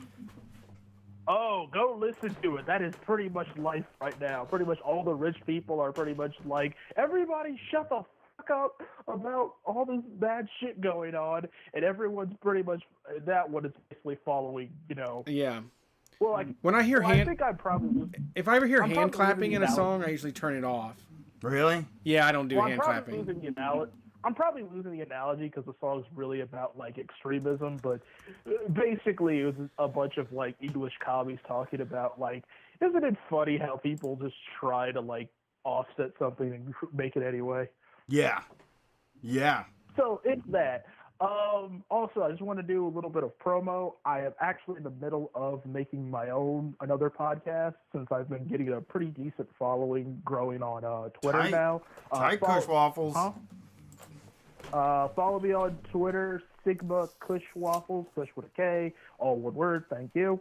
My podcast, I currently have the page up on YouTube right now. It's called Virtual COVID Sanity Podcast. COVID Sanity, basically like the song Virtual Sanity by Jamiroquai, blah, blah, blah. So we go follow there. I should be recording an episode this week. Oh, So, well, that sounds you know. great. Kush? I want to leave you all with actually a very funny story in light of the us talking about the Vietnam's victory over pretty much imperialists trying to pretty much take over their country. Okay. It's actually a funny story I found out the second half too recently. Keeping in contact with my family currently on the north end of the border. To give you context, this is from the story of two veterans of the same war, Vietnam War. Now, I'll tell you the half first. Basically, I have a great uncle who was in the Air Force during Vietnam.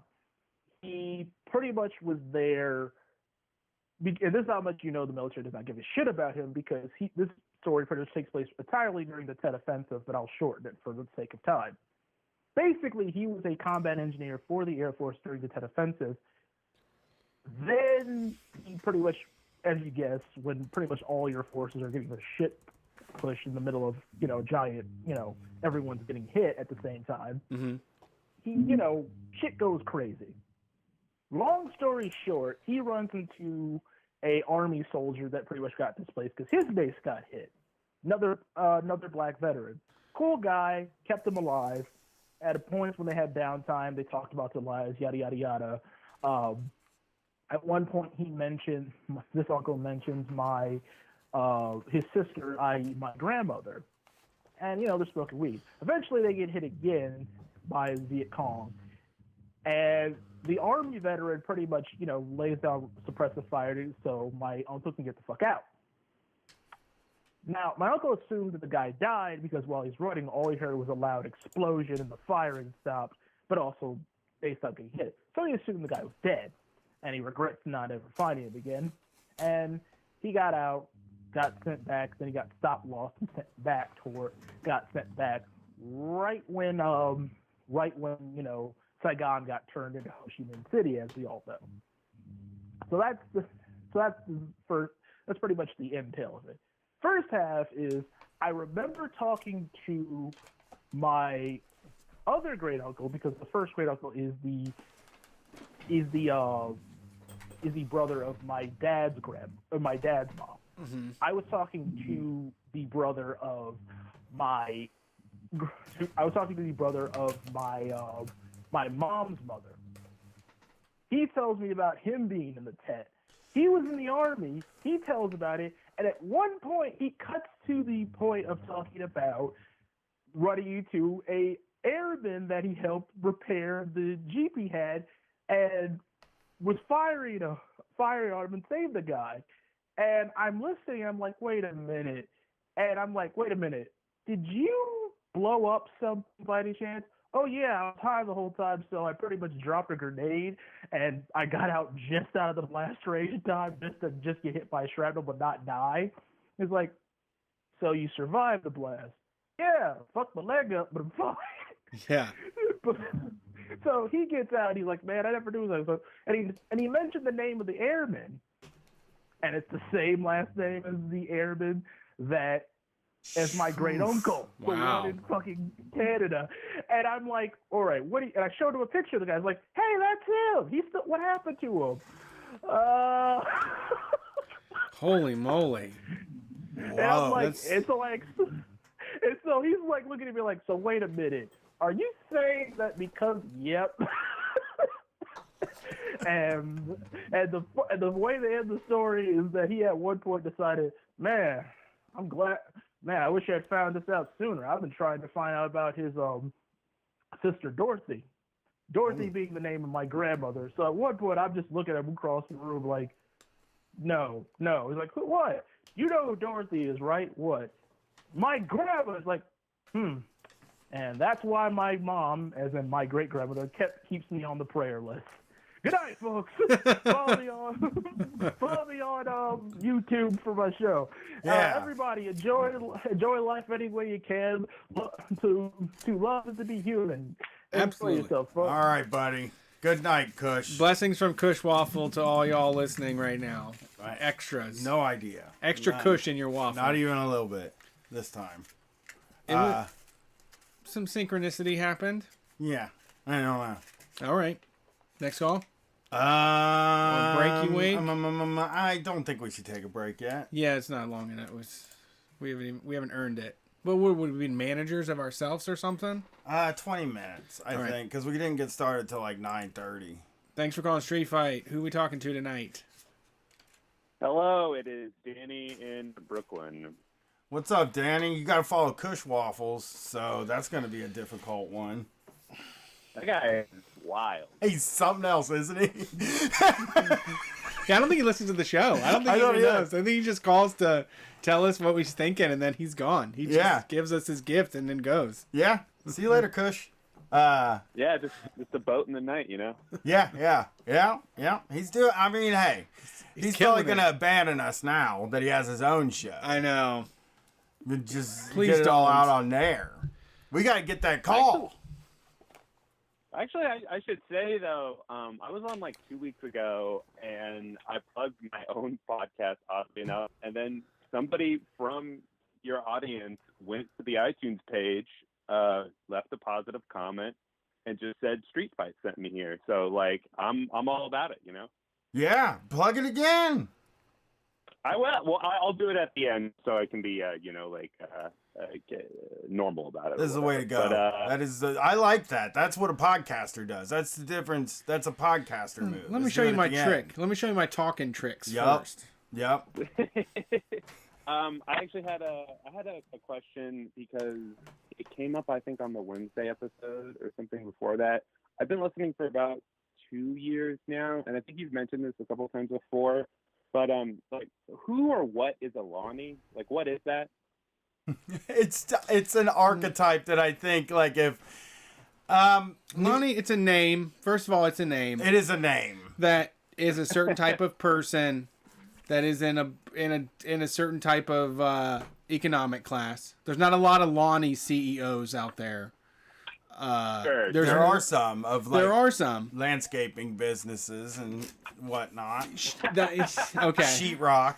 Sheetrock hangers, drywall hanging. See, yeah. So Lonnie is a CEO of their own personal drywall business. School Hard Knocks, CEO of getting my shit done. Yeah. So basically, it's just a name that we chose because like there is a lot of Lonnies out here, and you know they still like thrash metal like me probably, or still wear white jeans with holes in them and have like mustache stains in their mustaches and shit. Tobacco. You know, The stains. mustache is always like tobacco stained and blonde and white jeans. And It's just a bitchin' dude that is the king of his own small castle that doesn't realize the rest of the world thinks he sucks. Yeah, just It's living a celebration of dirtbags. Yeah. Lonnie is Yeah. is like sort of an aspirational, like the way that I could like not care in the same way somebody like that would not care makes me feel like that's You're something I jealous shoot of that. for. That's what I'm Yeah. jealous of. Yeah. You wanna have as much freedom to be yourself as a guy that can just run a business by picking up old washers off Facebook. I love that. That's a business I'd It's a love good to do. business. Yeah. Yeah, that okay. So this makes a lot of sense. The reason I ask is because I didn't know I was like riding my bike the other day, and I had one of those sort of thoughts where it just sort of pops out in the back of your head. And I remembered when I was growing up on the street that I grew up on, there was this house where this really, really old lady lived, and she died. And this new guy moved in, and my mom was really outgoing, would always talk to the neighbors and whatever. And she's like, "Oh, did you meet Lonnie over down a couple of houses?" And I was like, I was like 8 at the time. So I was like, "No, I haven't met this guy yet." She's like, "Well, come on over and say hello to him." And he was this guy. And first off, he had like minimum like 15 piercings.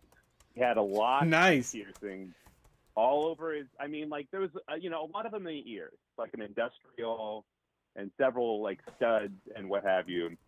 And he actually turned out to be an ornithologist, which is a guy who studies birds. Yeah. And I was like in a science fair at the time, and I was supposed to be like studying birds for this like competition. He's like, my mom was like, "Oh, you should hang out with Lonnie for a little bit, and he'll tell you about birds." And I ended up going to his house, and he was a perfectly nice guy, very quiet, kind of kept to himself.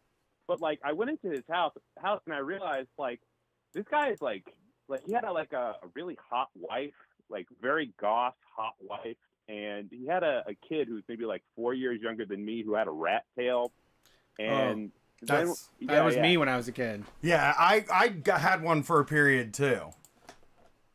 Oh yeah, no, this is the thing. This was like, I want to say like 2001 or 2 at the time, so it was just a little bit past peak rat tail time, Hell yeah. And I noticed like all these things that had sort of popped out. Like he had actually customized his driveway and put like bird bones in it, and This is sort Lonnie. of like. There's a professional Lonnie on your hands. You have a scientific Lonnie on your hands. Yeah. He was like, he put like, all like not dinosaur skeletons, but like ancient organism, like cutouts and what have you. Like what do you call those? Why is that name in my brain right now? Fossils? Fossils. Yeah. He put like fossil imprints. I always loved when someone has one of them like million-year-old shark tooths or something that you get at gift shops. Oh yeah, that was like definitely there too, for sure. And like he just had skeletons on the wall, and very reserved and stuff. Had a Subaru and stuff, and I just realized like, oh yeah, that's probably the guy that you guys are talking about all the time. It is. Very, very professional. Yeah, that was imbued by his name. That energy was imbued by his name. What is Lonnie short for? Did we ever figure that out? Well, Lonald is what we've always said it's short for. I don't think it's short for anything. I think that's the name. The thing about it too is the reason why Lonnie works for me is that I had a rat tail when I was a kid, and all of my uncles and my dad all had names that ended in that Y sound. Like they were Tommy, Billy, I grew up with Johnny, a lot of Ronnies and Donnies. Ronnie, Yeah. yes, Donnies, all of that shit. Lonnie just fits right in. Ronnie, Donnie, Lonnie, It's a short form of Yeah. Alonzo, Bobby. which is Lonzo. Alonzo is a Oh. fucking sick name already. Why would you change Alonzo?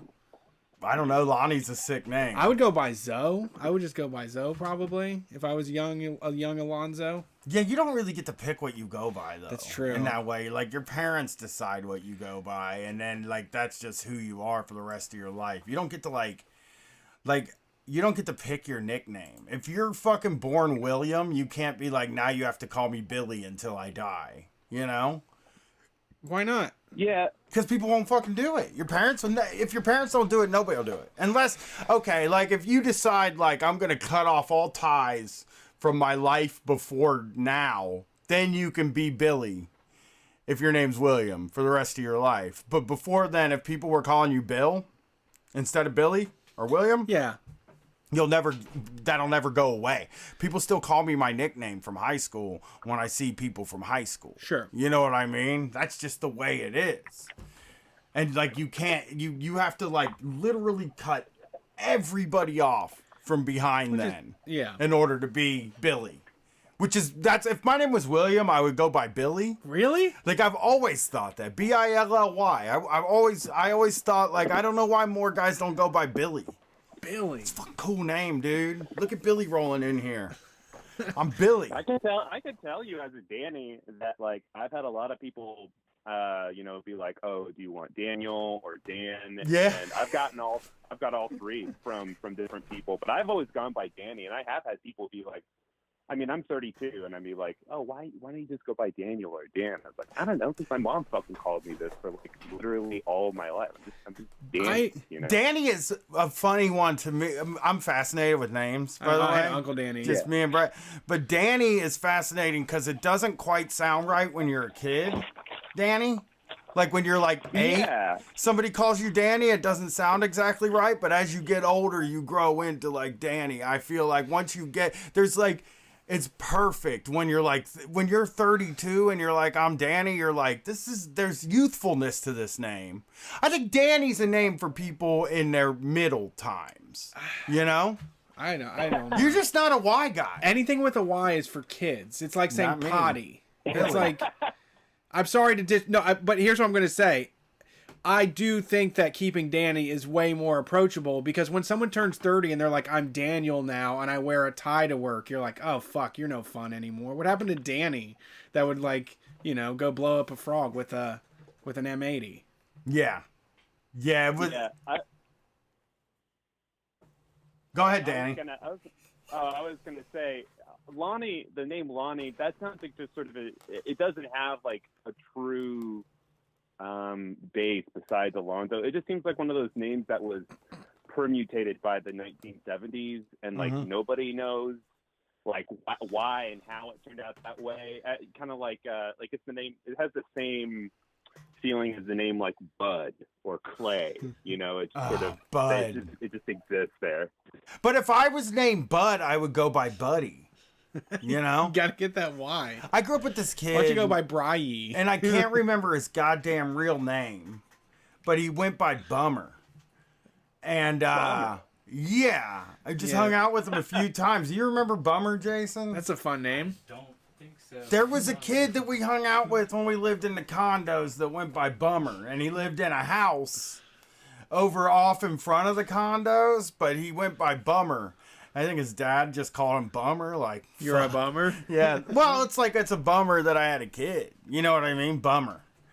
I don't know. I would be the Y guy if I had any chance. When my grandma convinced me that I picked how I spell my name. She said it's Brian or Bryan, and I was like, I'll take the Y. How? She just said that? Do you know how they worked? You went through the birth process. You remember how that worked? Yeah, I Was asked Gwen her... able to give you any sort of input on her fucking name? No, but I asked my grandma how my name was spelled when I was like 5 or 6, and she told me the 2 spellings, and I said, I'll take the Y. I'll be Y. Oh man, dude, my dad's name is Brian, and I'm gonna blow your mind. His name is spelled Brion. And for all of my life, I was like, why are all these Brians spelling their fucking name wrong? But wow. he's the weird one. Yeah, very. That's strange. a wild way to spell your name as a Brian. I Yeah, gotta Brian. say. Well, Danny, Yeah. Danny, I'm going with the Y though. Every 100% of the time, if I'm Daniel, I think Danny's, Danny. but no, Daniels are annoying. Like when someone's around this fucking Daniel, I'm like, let's ditch this fucking Daniel so we can do some illegal shit. I like one Daniel who does all kinds of illegal stuff. I know a Daniel. Daniel that does illegal shit. Daniel, producer Dan is hard to Daniel. believe. Producer Dan is a Daniel, but he's also a Dan. Is he Daniel or Dan? We called him Daniel when we hung out the whole time. Yeah, he was Daniel. Producer Daniel. That's true. I did. He's a sweet boy. So Yeah, I have done hard drugs with Daniel. yeah. Now that I think about But go ahead and get your plugs in, Danny. Thanks for calling in and letting us talk names. it. Yeah, we love it.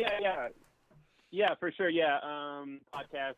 It's called Ponzi Scream. It's about white collar crime and just like tricks, grifts, and what have you, and what all the crazy people who make millions upon millions of dollars do to try to keep making millions. And next time or whenever I can talk to you guys again, you should let me know about any goofy Ohio white collar crimes that happen around you, because I'm always looking for beats in terms of like what to follow up on, and I'm always interested in what local government and government officials are doing to kind of screw over their populace. I might know somebody who could help you out with that. I will keep it in mind. I know Yeah, that keep it in mind.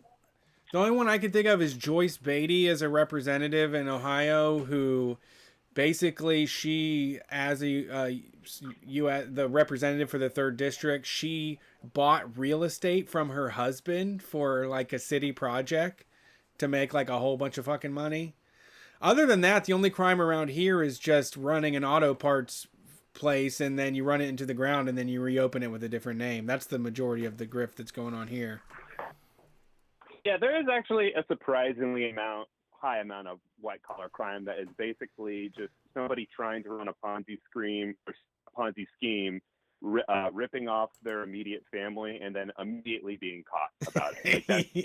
Like that's a large majority of it, but it is pretty entertaining when you get to the nuts and bolts. Of course. All right, you ready to get this? Sorry. Yeah, I think it's break time. Is it break time? Yeah, now we can take a break, Brett. Have a good one. Thanks for calling. Working in a gold mine. Whoops, no music, about right? To slip. No music. Please don't leave. Will you put a scroll up there? There's no that says- music? I guess there's no music. Can I turn my phone on to Spotify? What? You got something? Yeah. All right. We'll be right back as soon as we can. All right. Working in a coal mine. We've got an anonymous call next. It could be international. Let's hope it's not racist.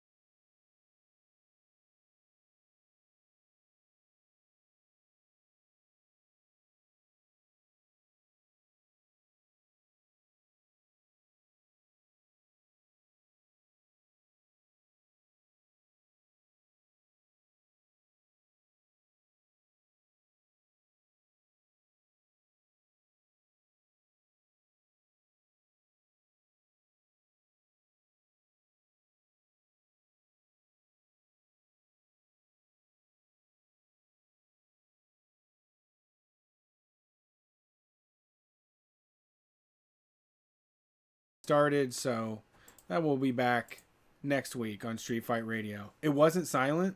Could they hear us the whole time? Or just the callers? No, the callers, you can hear us. If you're in the chat, of course you can hear us. But I'm saying to the rest of the world. Yeah, the mic audio shouldn't have been in there, but who cares? We're back. It's Street Fight Radio. We have a decent queue. We're taking calls. We do this every single Sunday night, 9 p.m. to midnight Eastern Standard Time. Same number, 614-655-3887 every single time. You ready to get in these calls? Mm-hmm. All right. Thanks for calling Street Fight. Who are we talking to tonight? Yo, what's up? It's Anthony. I'm calling from Bolivia. Not racist. Just in Bolivia. Thank you for not being racist and just only being in Bolivia. Yeah. Well, not racist, but just international. how's everything going on in Bolivia? What's the situation there? Well, yeah, you talked about the COVID here, and it's not going great down here. I teach English, and my job is up, but I'm not really sure when I could leave the country. But there were a lot of fireworks tonight because there was this is the 6-month anniversary of the time the army politely asked the President Evo to leave. So it's a very, very tense situation all around. Oh, okay. Yeah, that sounds. That's not. I mean, how is? So are they closed down there? Yeah, well, there's not really infrastructure here, so they just kind of locked everything down. But I mean, people got to work. It ain't really like it is in the States. I mean, I'm in the east, which is pretty close to Brazil, so it's like the big separatist sort of white hub of the country. But there's more indigenous neighborhoods where, I mean, people got to work, and the cops are really giving them a hard time. But it's not I mean, they literally have to work. Yeah. To get food on the table, yeah. Yeah. So what's going on? What's up? Well, it's crazy because I had a job here. They could have refunded my contract, but they couldn't re-sign my partner. So we're gonna try to gamble, I guess, and look to Korea or somewhere that's hiring people. But it's a weird job market in the English field right now. It's a good way to see the world, but it's very tenuous in these kind of situations. How did you how'd you get into working international jobs like this? Well, I was doing English in DC and bartending, and bar backing and security and just industry work, and it's 60-hour days and stuff, or 60-hour weeks, especially on the weekends. So I just applied overseas, and this was the first school that hit me back up down here. And you were just I gotta get out of here. You decided you wanted to leave America, or did you decide that you just wanted to see the country? No, I mean my rent was $1.5 grand in DC, and it's $200 now. Okay. For not that much different wages, and it's nice to get out and see places I ain't never really been before. But I haven't been to South America before this. Yeah, and you got down there, and I don't know, I'm very bad at international politics at all, and there's some unrest there. Yeah. I mean, there's sort of an interim government that kind of pushed their way through, here they wouldn't call it a coup, but the army and the police said we can't protect the president anymore. Here it was this is the big sort of separatists. They're really, really white here, but in sort of where the other people are from, it's more indigenous. So it's a really big fissure point. So there's that whole situation.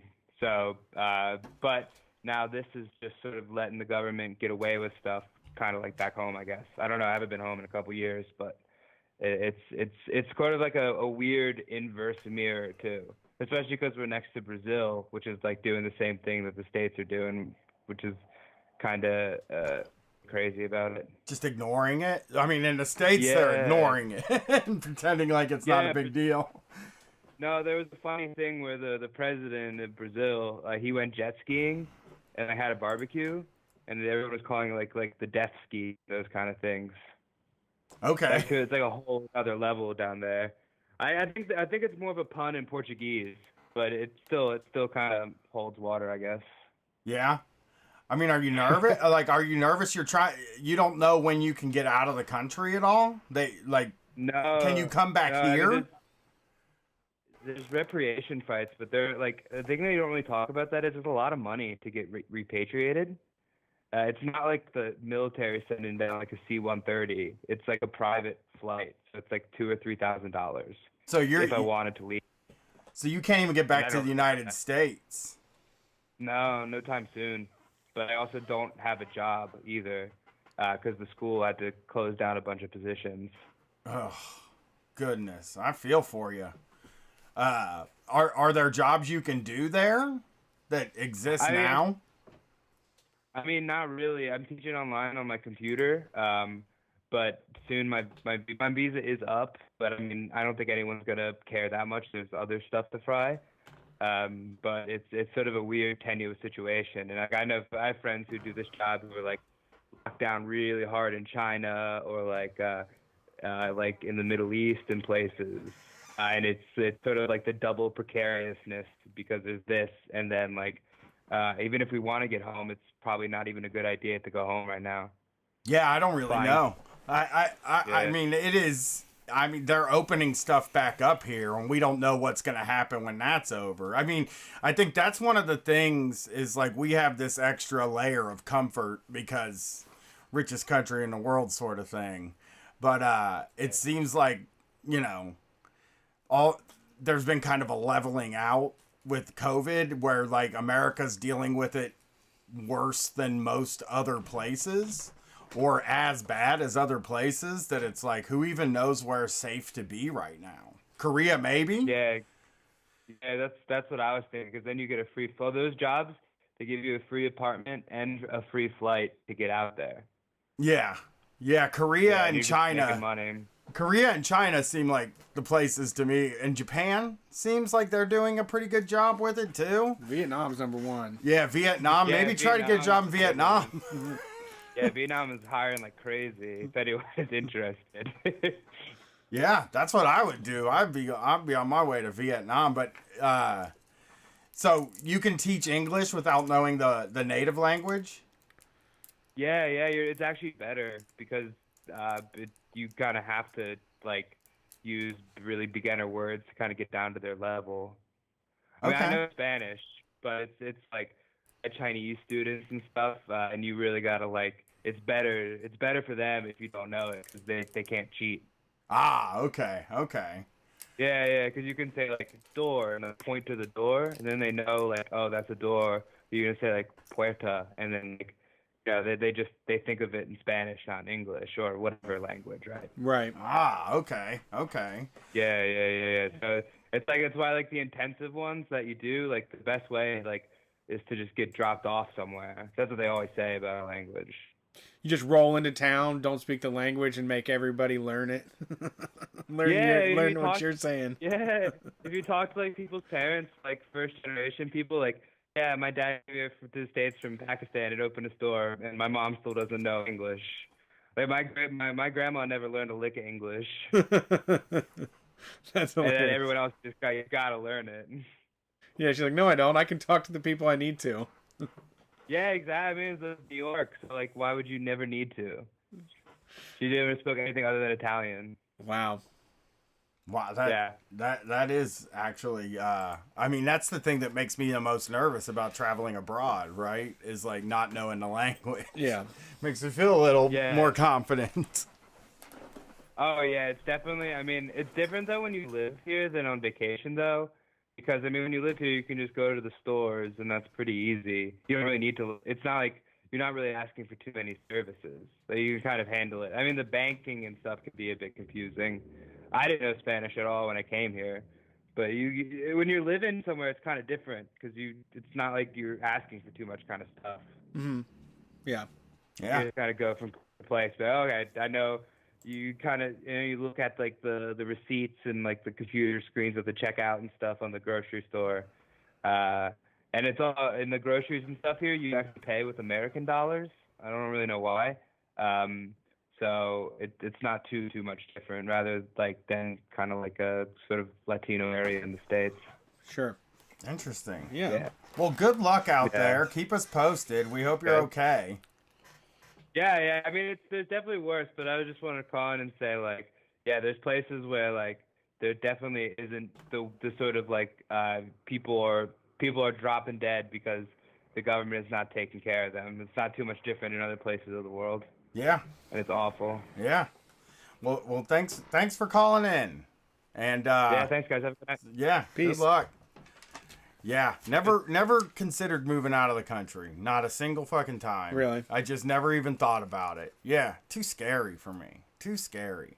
Like, it's scary here, but I feel like I understand the scariness here. Sure. I feel like I go somewhere else, I wouldn't even know if it was scary. Right. You know?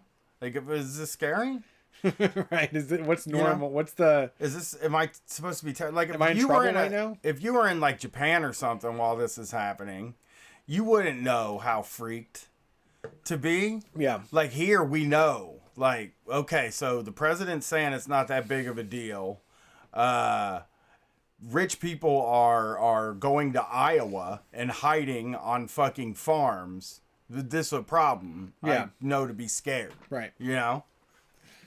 Go ahead and let's get this next one. All right. Thanks for calling Street Fight. Who are we talking to tonight? Hey, this is Maddie. What's up, Maddie? How you doing? I'm good. How are y'all? I'm okay. I'm my serotonin levels are a bit something. I don't know what it is. I'm on that medicine. It makes me feel like even keeled, which is kind of nice. I don't feel that way very often. So what's up, Maddie? Yeah, it's nothing much. My computer is still broke as shit. Can't do anything. Yeah, you were working on. but- What were you working on? I was working on a speech for class, and this is a graduation requirement, and I already have like a 75% in this class because I Okay. kept forgetting to do homework. So I emailed my professor, and she was just like, gave me some answer I did not understand, and I'm amazed with like how many adults like can't form a proper sentence, and this lady's supposed to be teaching us how to speak. Mm-hmm. So, but yeah, so I'm gonna hit up my advisor and be like, I don't know what the fuck to do. Just please, I'm tired. I don't want to do this anymore.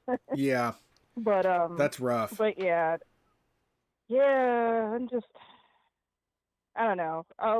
One way or another, I'll get through it. But it's just like really annoying. Yeah, it's kicking the teeth. Yeah. Yeah. So it's not even like a thing you Yeah. can fix with another computer? It's not that I can't, like, I have a laptop. The problem is I had done all the research and then was almost done writing the speech, and was, like, gearing up to, like, record myself giving the speech, and then my computer died. I hate So computers. all the progress I had made, and, like, I was basically, like, pretty much done, and it's gone, because I can order parts to fix it, but the parts that I need to fix it won't get to me in time. So, Yeah. oh yeah. Yeah. I use Google Docs now because I'm so terrified of losing anything. Like, I upload everything to Dropbox now and use Google Docs, so I'm sure the government has everything they ever wanted to know about me, I guess. But Yeah. that's scary. That's too bad. I was it Windows? Yeah, it was Windows. Well, it's not like the Windows that like crashed. It's just like nothing is turning on. There's no power going to my computer whatsoever. That's broken. And I even tried Frankensteining it because I have an old computer that I pulled parts out of and tried to like slap together something that could maybe work, and it just still wasn't working. So it's probably a motherboard failure. Which Yeah, is annoying because I just replaced this motherboard 7 months ago. You're gonna have to take it to some freaky weirdo. that Yeah. I think Maddie said I can- you are a freaky weirdo that works in computers, right? Yeah.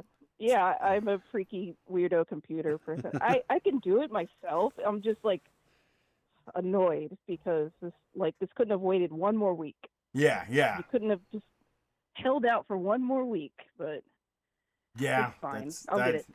You'll get it back, and you think they'll be cool about it? I mean, I think teachers are being a little bit cooler, you know. I am not sure. That's true, but like my classes have been online the entire semester, so it's not like there was any like big changes for me. Okay. The only thing that happened was our semester was pushed back like a week or two because they had to move everything that was in person to online, like halfway through the semester. But none of that changed for me. It was just like, continuing on as usual. So I don't really have much of an excuse. I just like had like a mild mental breakdown a couple weeks ago and just like mentally couldn't do anything. And then a week later I got really fucking high and unintentionally and couldn't turn in any homework, and so I faked having diarrhea and got my doctor to write me a note. Cool. And then now my computer's dead, and I was just like, all right, you're not going to believe this, but now my computer is dead. Oh, I hate when that happens. Oh, that is the worst. Because you know what they're thinking, right? Oh, yeah. You know, because you have to think that way. Because most people are just fucking with you, you know? Yeah, and like I try to be honest. Like obviously me having the shits thing was fake, but like having the shits is a move. Yeah. I can say like that's the only excuse that works 100% of the time because people think you would like nobody would ever lie about that. Publicly It's say. like my grandma died, but it's saying I have diarrhea, and people just nobody thinks that you would ever call into work and say you have diarrhea. Right, and it's just like, what are you going to do, make me drop trow and show you my rare asshole? Like, no, you're not going to do that. So, like, but like, the reason why I called in tonight, Brian, you'd, like, mentioned, like, applying to, like, social media stuff. Mm-hmm. Never do it. Don't do it. Yeah. It is like a soul-sucking nightmare. I am a web developer and designer. My major is web development and design, and we have to go through like social media training because like it's part of the design portion. And I had to watch like an online like seminar a couple weeks ago where it's like teaching you how to tweet like a business. And like I was like my eyes glazed over and I just like started like just speaking in tongues and I wanted to murder someone. Like it was just like you have to search all the new trends and find a way to relate to people but you can't be political, and I'm just like, kill me, just fucking kill me. Yeah. I'm just now thinking about how like so what's trending for me right now is Forrest Gump, Obamagate, Craig, legalized Kemp, and Trumpgate. And I'm just imagining being like Wendy's, try the new Baconator. It won't set you back like Obamagate did. Yeah, exactly. And that you're selling your soul to the devil if you do it. Like yeah, it seems hard. Like, I mean, if you're into that kind of thing, sure, but it seems hard to me. That's all it is for me. Is like it just seems I wouldn't even know what to do with that. So, yeah. Hey, me neither. Like that's why but I don't think anybody can really naturally talk like a business. Money in the Bank. You have to like. So MITB, because Money in the Bank is happening tonight, is trending. It's like, boy, I wish that Baconator was in the Money in the Bank briefcase instead of the title shot. Right? Yeah. Is that a good one? You're good. Yeah. I would pay for these. Yeah, cool. I got it. Man, now as long as it's only about the Baconator, I'm all set. Yeah. I'm one of those people who's like incredibly honest, like almost to a fault. And like when I set up the show in Harrisburg, and like as soon as like Zoe figured it out, she looked at me and I just instantly crumbled and just spilled all the beans because I cannot tell a lie. I am just a very honest person. And so like doing all that and like tweeting like a business or whatever would just destroy me. I would get fired because I would start like posting just like communist quotes and shit. Yeah. Yeah. I wouldn't be able to take it anymore. Well, it worked for Steakums, so. Yeah. Well, Maddie, thanks for calling in. We appreciate you. Yeah, thanks for and having me on. you're great. You brought us to Harrisburg, so thank you. Yeah, thank you guys again so much for coming out. Everyone had a blast, and like people tell me all the time, like it was so much fun. It was fun for us too. Yeah. Yeah, I'm glad you guys had fun. Yeah. It's a cool city. Have a good one. Maddie's great. Please call back. One of my favorite Street Fighters. Maddie gave me. Wait, maybe I'm wrong about if she gave me the Family Values VHS. Somebody gave me the Family Values VHS, and That was Zoe. That was the birthday. It's person. hanging on my wall in my office now. Yes. I hung it up.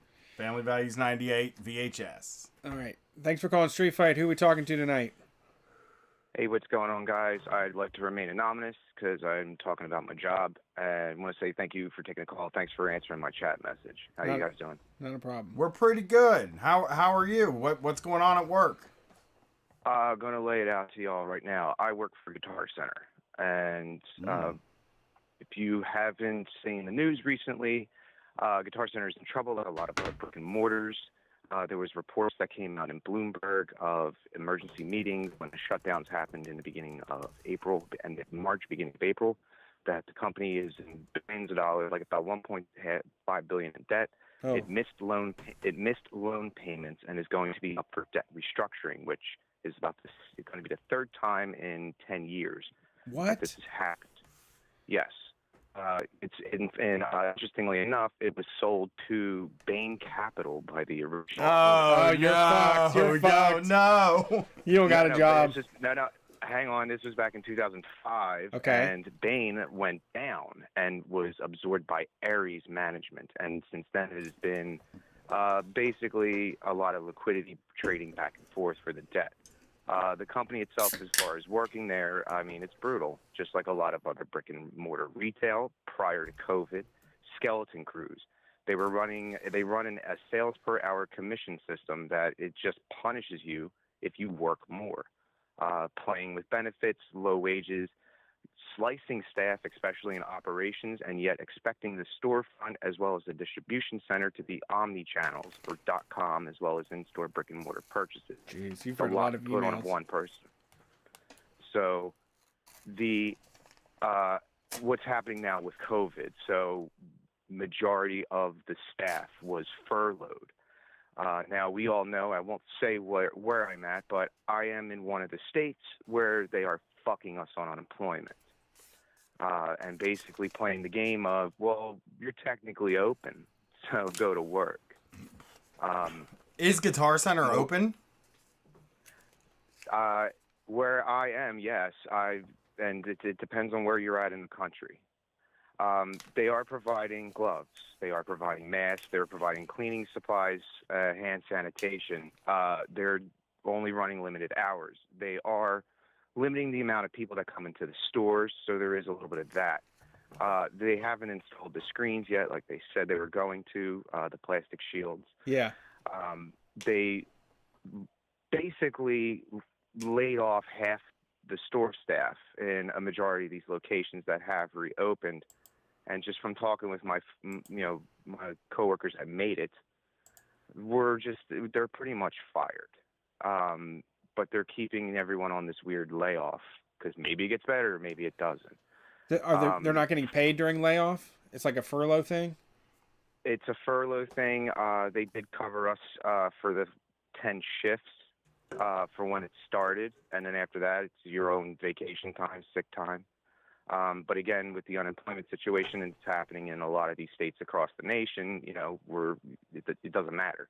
And as well as as an example, I believe the governor of Iowa said, "You're going back to work. Don't care if there's 0 hours.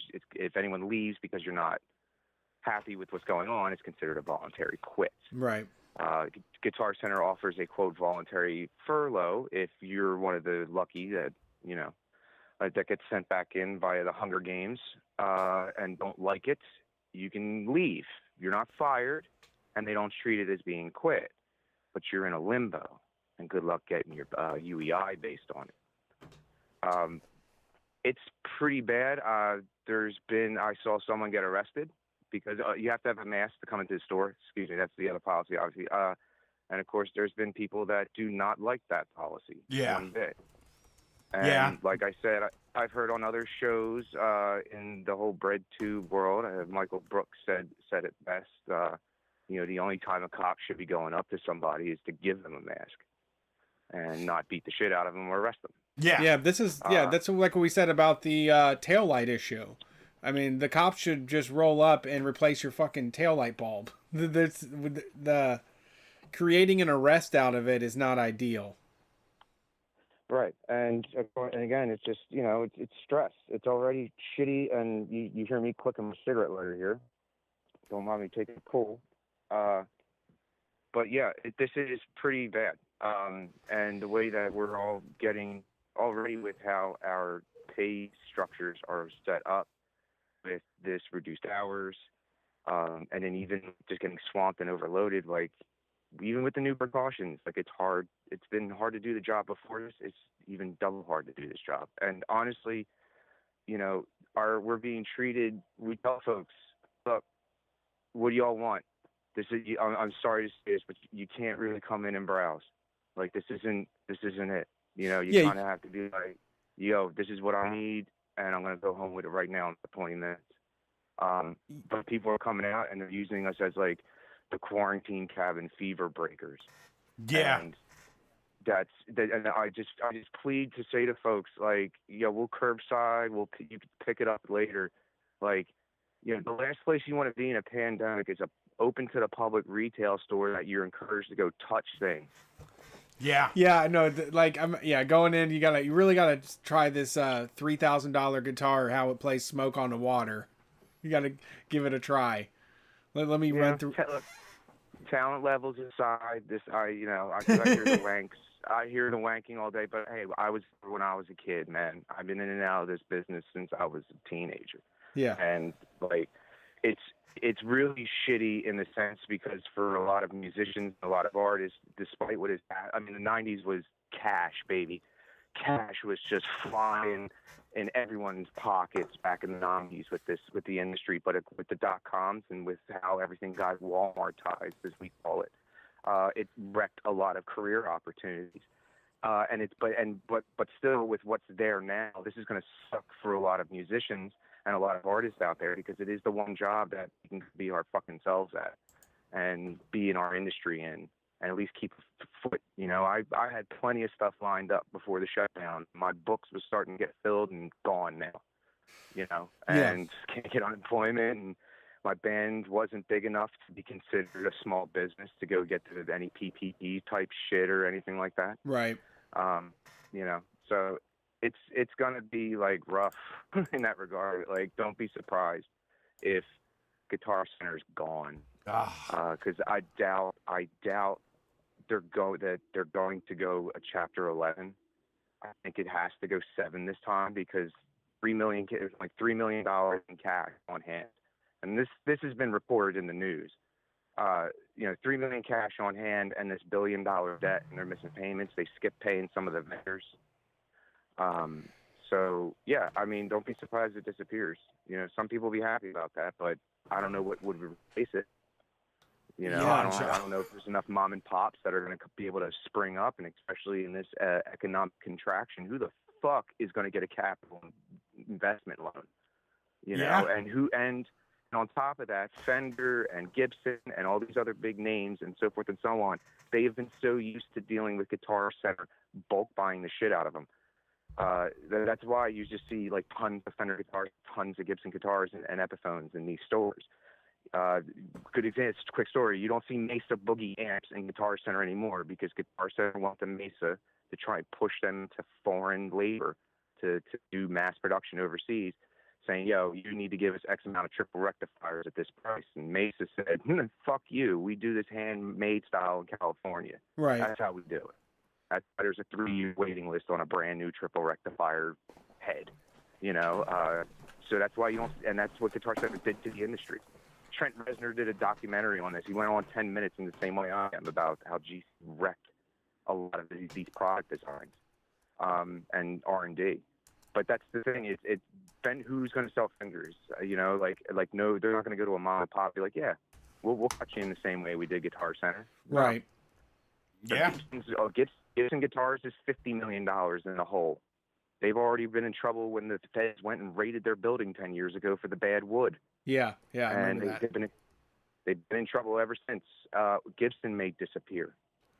They've in a lot of trouble, and no one really buys their guitars because Peavey was in a lot of trouble too when we did that Undercover Boss. Yeah. Peavey was closing places. They finally sent it overseas. It's gone. It left Mississippi. The only thing there is a fucking postal office box. Yeah. Peavey's China now. Dean's here. Dean is still here, but they're kind of the same way. They're a post office box.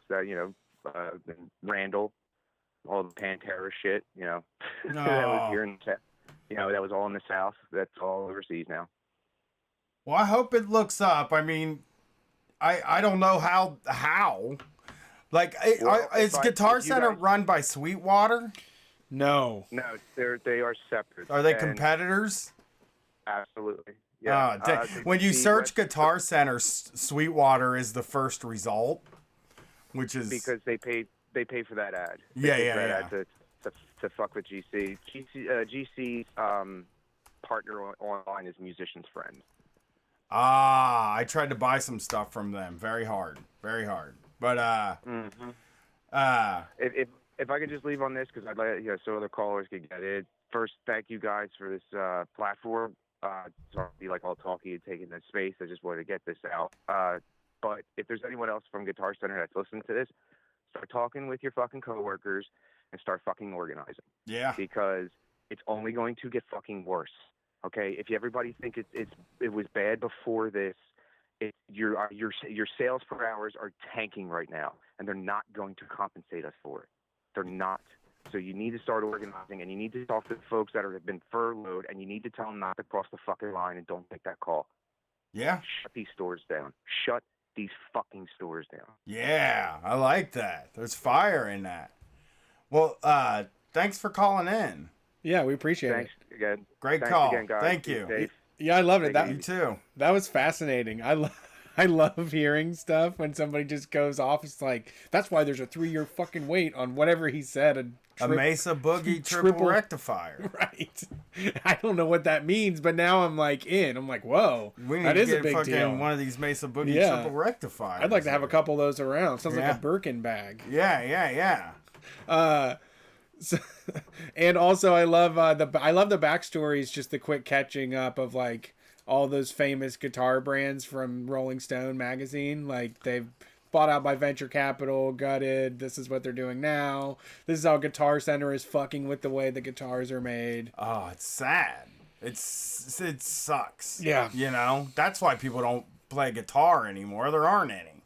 Yeah, They ain't making them. Yeah, maybe. No, I think there's enough You could guitars. go buy them at a pawn shop. There's more people giving up guitar than starting on it every single day. That might be true. I don't know. I mean, all right, next call. Thanks for calling Street Fight. Who we talking to? Tonight? Uh-oh. Hey, y'all. Hey, who's this? Steve in Shanghai. What's up, Steve? How's things going in Shanghai? Things are going pretty good. I wanted to check in and let you guys know how it was out here. Is it going better for you? Yeah, Disneyland is reopening. We went out to a big party the other weekend, shut down by the cops. Whoa. We're going out doing social stuff, and it's getting back to normal. Oh, really? Was the Give me a party little bit of shut hope. down by the cops for coronavirus? No, it's because we were being loud. And cases aren't We had a going big, up? amplifier and shit up on the rooftop, and we're playing music and stuff. Hell yeah. Hell yeah. I like to hear that. So what? They went November, would you say, to recent? It was like the end of December when things started to happen, and at the end of January is when everything really kind of locked down. And we just started getting back used to everything at the beginning of May. And like 3 months. And you're able to like go to like gatherings and shit? Like are you able to do Yeah, mass no problem. gatherings? I think that like movie theaters and shit are still closed, but the mall is open. They don't scan you anymore for anything. You don't have to show your little QR codes. You can just go in and buy shit. Nobody cares. Ah, the movie theaters. Is China on the though. decline? We're gonna get those movie theaters back. Yeah, I don't think there's any way to not been tell. any new cases in Shanghai for 2 months, I think they're saying. Think about that. Oh, how great would that be? Just to be hearing that. Me and you getting on the fucking old grind again, right? Sounds like someday we're gonna be able to get on the old grind again. Yep. Although we're actually doing it the wrong way. We're doing the opposite of what China did. So I guess, because, I mean, we're a freedom-loving country, and we got to be able to go to Marshall's and buy Reebok sweatpants. Yep. That Yeah, we missed out on all those Mother Day's candle. Yeah, deals. yeah. So, but it is nice to hear that things are getting back to normal out there, and and hopefully it lasts, because we're opening up this week, so we don't even really know yet. Yeah, and I wanted to tell you, we just found out the other day about like layoffs and shit here. If a big company here does layoffs, they have to pay a huge fine to the government. So they're not firing people because they would have to pay just through the nose to do it. That's what I'm talking about. That's what we should have here. If you fucking do layoffs, it's like, here's your fine. And like Bill Engvall would come out and say, here's your fine. Yeah, I like that.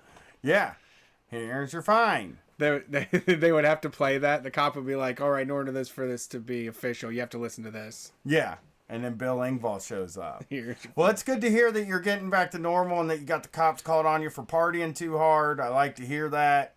That's how you do it. Sounds like things are good in Shanghai so far. Is it nice to get out and do so shit? far. Yeah, it's cool to go out and like see your friends and have drinks together, or go out to restaurants and shit. We could do a lot of that for a while anyway, but now there's so many more people out and it's just normal again.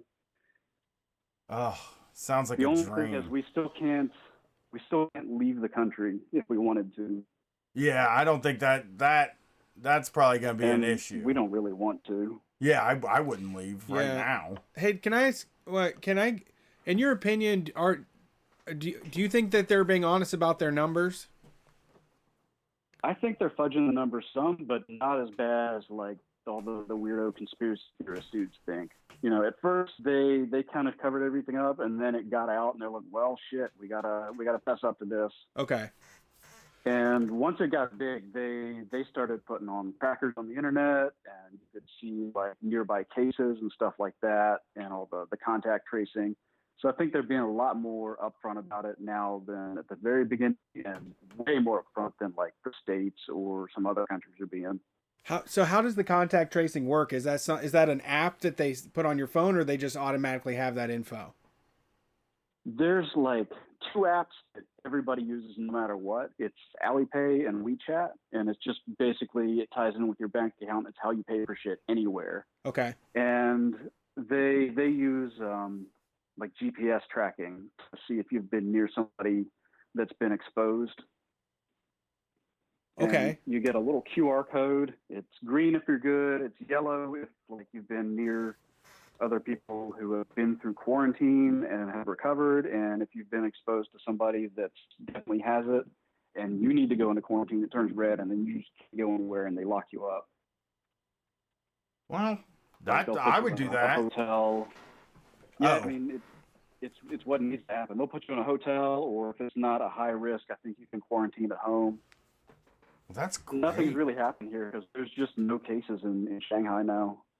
That's great. That's great incredible. news. Yeah, yeah. I liked it. Well, I wish we were doing that. I mean, looking at the numbers on worldometer.info, China's just unreal compared to everybody else. Yeah. They've got 3 deaths per 1 million population. Yeah. Compared to Italy's at 500, UK's 469. We're in the 250s. Yeah. Like, we are thousands of times more than China. Yeah. We're the worst because we're not testing people. We're and not the people are afraid worst. to go. Yeah, We're one of the worst. UK's pretty dumb. UK, remember, we came from dumbass UK people. That's And they're doing their own stupid revolution over there, right alongside us, and they're doing better. They believe in herd immunity. They actually went all in on herd immunity over there. Yeah, that was stupid. Yeah, That was stupid. I think they started taking it more serious when Boris caught it. Yeah. Okay. They're like, I mean- oh shit, our leaders got it. We gotta chill out a bit. If I'm Boris Johnson, I'm taking it really serious after I get it too. Like, and then it's like, oh, Yeah. this isn't. I mean, come on. That's not bullshit. Yeah, that's no bullshit. Trump has had 87 people around him that have it and I know, somehow can't- cannot catch it. I know. He's immune to it. His Perfect. evil aura He's the Antichrist, dude. keeps Perfect. it. Yeah, that he is the Antichrist. Actually, well, I shouldn't spoil this, but one of our guests on Holy Boys makes the case of why Trump is not the Antichrist. Yeah, I don't think he is. And she's an expert on who the Antichrist might be. Okay. So he doesn't meet the requirements, unfortunately. Got it. So he's not the Antichrist. I think I'm the Antichrist. That would be nice. That would get us a That lot of, would get lot a of little hits. money, yeah. Well, thanks for calling in. It's good to hear some good news for once. Hopefully no we start problem. heading in that direction. Have a great evening. A great Good morning evening. here, dude. Have a great day. Enjoy the rest of your day. Yeah, later on. Yeah. All right. Good to go. Yeah. Thanks for calling Street Fight. Who we talking to? Hi, this is Cody from Maine. You guys might remember me as the guy who recommended Trapped in a Purple Haze. Trapped in a Purple Haze. Do you remember that, Brett? I don't think so. I got to Google it because I'm The insane. Hayden Christensen TV movie. Oh, yes. Yes. You're the yes, Christ- I'm Googling You're it. the Christian Yes. Aniac. You're the Christian. Oh my God! Damn, I didn't even get to Remember? watch that. I'm Yeah. trapped in a purple haze, to tell you the truth. This is why I haven't watched it. So, again, luck of the draw. I keep seeming to get the midnight. But anyways, couple quick metal recommendations and a couple weird movie recommendations if you guys are down. Sweet. Yeah, Yeah, always. always. All right. So, Brett, you mentioned you've been into kind of bluesier stuff. Have you heard of Wolf Tooth? Wolf Tooth? Yeah, they're pretty recent. I think it's a bunch of guys who did a bunch of local bands for a while. They do like very kind of Sabbath-y style stuff, very heavy, very doomy. Okay. I recently really got into them. I found Monolord, which if you haven't heard of Monolord, check them out too. If you like stoner doom. I need something at like breakneck speed. I need something fast. Oh, shit! I've been slow recently. I mean, unless have you heard the new Black Dahlia Murder album? No, I haven't heard that. Oh. It's good. Literally Black Dahlia Murder is one of those bands where they don't surprise me, but I don't really mind. It's a new Black Dahlia Murder album. It's good. It's fast. Really good songwriting. Yeah, I've never listened If to you them. want something breakneck. Really? Yeah, I don't know them at all. Okay. I'll Okay, jump into that. I've been listening to Yeah. Warbringer has been the one that I like Okay. a lot right now. I mean to check out Warbringer. And Hexen and Hexen. Havoc. The Havoc is good. I really like that new record. Yeah. Yeah, the new Havoc is fucking awesome. Have you heard of Igniter? Nope. Nope. They're kind of like a speed metal throwback thing. I actually found out about them because they actually did the theme song for Hatchet, the slasher film. Oh yeah, I fucking love that movie. Yeah, they do a song for that. I think they actually, I think Adam Green, the director, actually co-owns a label. I think they're on that label, or they were. So yeah, they have a song about Hatchet, and it fucking rocks. Wait, is Hatchet that like it was the slasher movie, but it was kind of tongue in cheek where they did the swamp tour. Yeah. Is that it? Yeah, that's Hatchet. Oh, Hatchet's And he great. rips the fucking arms off like Jax from Mortal Kombat at one point. Yeah, and he rips the lady's fucking jaw off. Yes, yeah. All right. Yeah, I love that movie. Yeah. Oh, I love that. I love It's a really Hatchet. good It's so one. great. I don't see a lot of people mention that movie, but I do like that one. And apparently there's sequels to it.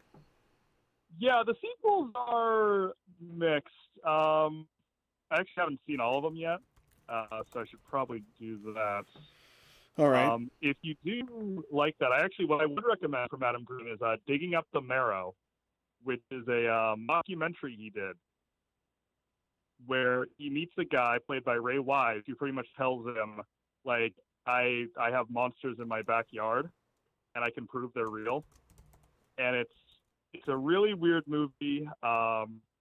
It's got a lot of, because it's like half documentary. Like the first half of it is he's pretty much like at a horror con, just like interviewing his friends and people he's worked with. Uh-huh. And then Ray Wise pops up and he's like, I can prove monsters are real. And then the second half of the movie is like this kind of thing about he's like, this guy's stringing us along. Is there something real? I would definitely recommend that. Okay. It's called Digging Up the Marrow. Digging Up the Marrow. It's from 2013 or 14. That's cool. I do love the mockumentary stuff. I was really a big fan of Leslie, whatever that's called, Vernon or Behind the Mask. Oh, yeah. You ever seen? Yeah. Oh, that one's fun. Yeah. Yeah, that reminds me of that a little bit. Yeah. Like the OG one is Dog Bites Man, I think. Yeah. Did you ever see Grave Encounters? Great. Nope. Don't know it. I'm not very you deep. Ever, like, okay. You ever like Ghost Hunter shows in like the 2000s, especially like Ghost Adventures and stuff? Yeah. Okay, so it's the movie's pretty much about like a show like that, and they encounter real ghosts and all just get fucked up. That's awesome. Sounds Yeah. nice. Oh, it's great. It's especially great because the lead guy is pretty much Zach Bagans from Ghost Adventures, like to a T. Cool. He's got like that same kind of like vaguely douchey vibe. Yeah. Yeah. And Bullshit artist. Snake oil salesman. Yeah, totally. Yeah, it's so they really nailed that. And there's a couple of great scenes because like they show one where they just like pay a groundskeeper like, look, here's $20. You just say you saw a ghost. That's awesome. Yeah, I saw a ghost. Where was it? Over there. Yeah, that's perfect. Amazing. That's funny. Sounds good. Oh yeah, and I have to recommend this one too because this is one of my favorite weird fucking movies no one's heard of. Tourist Trap. Okay. Okay. It is from 1979, and it is about a group of kids who get stranded at a roadside tourist trap that is wax, like mannequin figures, like like the like who's the lady that does the wax figures? Madame Tussauds. Madame Tussauds. Thank you. Yes. I said after it's you. like a roadside gas station with that. And Yeah, I they really don't know how much I can tell you about this because it's such a weird film that I kind of just like watch it blind as you can. This looks good enough for me. Yeah, I can see It this is. creepy, whatever the hell these things are, mannequins. Yeah. Oh, they are. It is one of my favorite movies ever. All right. Yes. Well, It's great. It's weird. It's kind of funny at times. Especially because one of the actors in it, Chuck Connors, was like, I guess, like a TV Western actor. uh-huh. And so he has this very kind of, like John Wayne, like had a very kind of like specific way he acted that was kind of exaggerated, but it like works for that, but it's a little silly. Yeah. Chuck Connors is kind of doing that, but in like a horror film. Okay. Like he has like this whole monologue, like, used to be folks would come all around, but then the highway came through. And it's like you think you're in a different fucking movie. Yeah. You think you're in like a Western. Right, that sounds good. But it's great. It's directed by David Schmaler, who's great. It's produced by the legendary hack auteur Charles Band, who did all the Puppet Master movies. Type. That's awesome. And yeah, it's beautiful and weird and amazing. All right. Awesome. Sweet. All right. Thank you guys for helping me get through another shift. Have a good night. You Yeah, too. thank Have you a great for all the night. stuff to watch. No problem. I'll check back in later. Now I got the job of having to watch and look at all this stuff. I have to watch a bunch of wrestling this week, which is just a trial for me. Yeah. I really hate it. I haven't watched any wrestling for a while, so it should be fun. Yeah, I like guys like that. We've Yeah, had me two too. so far. The guitar guy that just will go off about like guitar shit that you have no idea about is good. This is also a horror movie guy. Yeah. One of my best horror movie friends was also obsessed with Puppet Master and would like get emails from the maker and like got producer credits on some of the like later movies, you know, by like throwing a tax check at the fucking Puppet Master guy. Hell yeah. Make another Puppet Master, dude. But they just like have heard a million things and prescribe it to you like a doctor. Yeah. You're just like, I like that too. Yeah, no, less of this, more of that. This is what I like. All right, last call. All right, let's get this last call. The one to end them get all. A little early night off. This time I take the call, the one that ends it all. We could use that on the soundboard from Megadeth. Oh, really? Yeah. That's a line? Yeah. Yeah, let's do it, man. Thanks for calling Street Fight. Who are we talking to? Hey guys, how you going? How's it going tonight? Okay. Pretty good. All right, this is Giant Space Ants, also known as Ben. I'm Kiara's partner. Oh, hey. Oh, how's hey, it Ben, going? what's up? Good. Brett, I'm glad you like Nine Treasures. I got another recommendation for you guys. It's a little bit more far away from metal. See? They're called Go the ahead. Dread Crew of Onwood. Sorry. They call their style heavy mahogany. They're like an acoustic pirate metal band. Okay. That sounds wild. Sounds like some They're Brett very stuff. interesting. Yeah, I accidentally saw them in concert. They're very entertaining. I do. Okay, so here's what I'm gonna say. When people make recommendations, they always try to like force you into their thing, and this is a big stretch. But I do love acoustic metal a lot. Like I love that Metallica acoustic. Apocalyptica. I love Rodrigo y Gabriela. I love fucking acoustic metal. So I think this will work for me. Give it a look, Brett. Give it a look.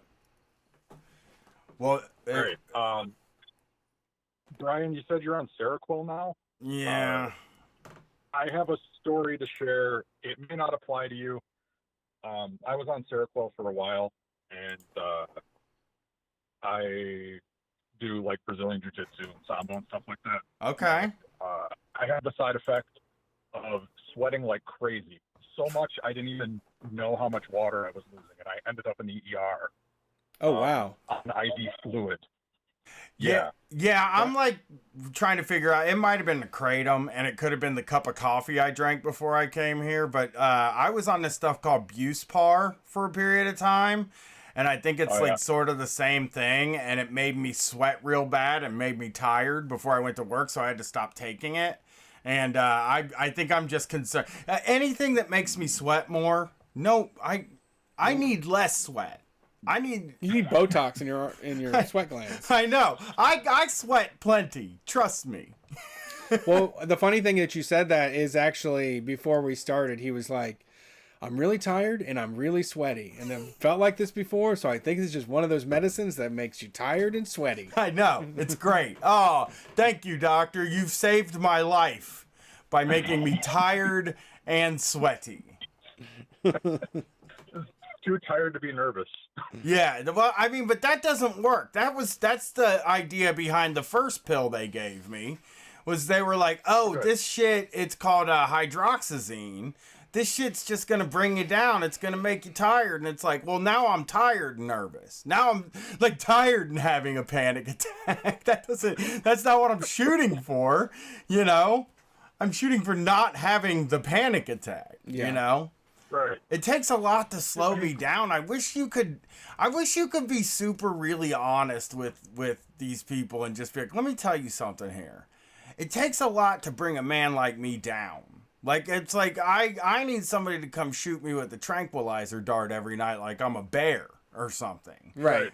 Because that's the size I am and what I need. That's how nervous I am all the time, you know? Right.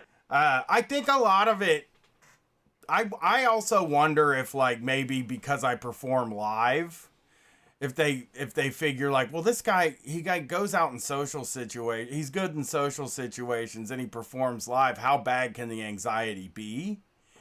But I don't think that's true, right? Yeah, I don't know. Like, That I sounds don't like a think that's made-up not something a doctor would think. Yeah, that sounds like a worthless thought. Yeah, it was just something I thought of, like, well, maybe they just think that how bad can it be if a guy can stand on stage? And it's like, that's like the only time I feel normal. That's like a regular person's thought. That's a regular. That's not like a medical professional thought. Yeah, that's a me thought. That's like the kind of thought. Like the doctor's just like, come here, listen, this guy, I'm going to show you. He has a fucking podcast. He was just in there acting like a little baby saying he can't talk to people. This guy's full of shit. This guy stood in front of 300 people. He says he says he has panic. He says he gets nervous. Like, what's he got to be nervous about?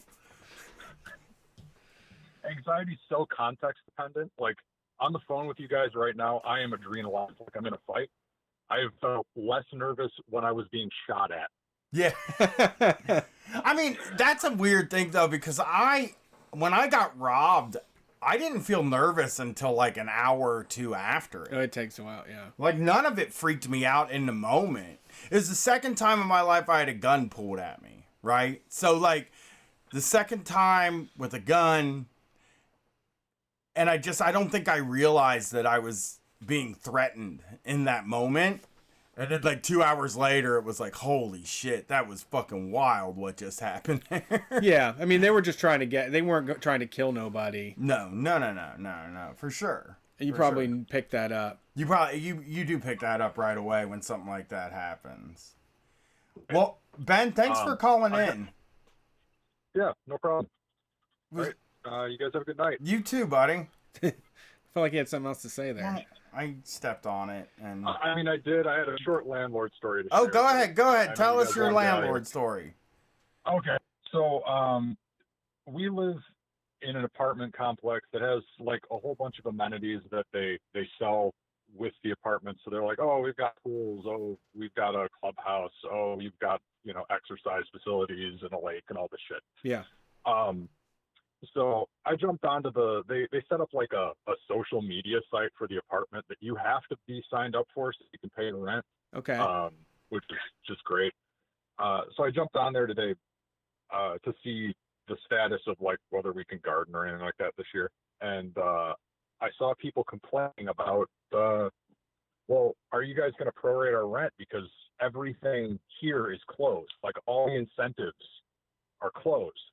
And they're going to be closed for the foreseeable future. Or are you going to are you going to prorate rents? Or are you going to raise rents as normal, even though, that's part of the value of the apartments?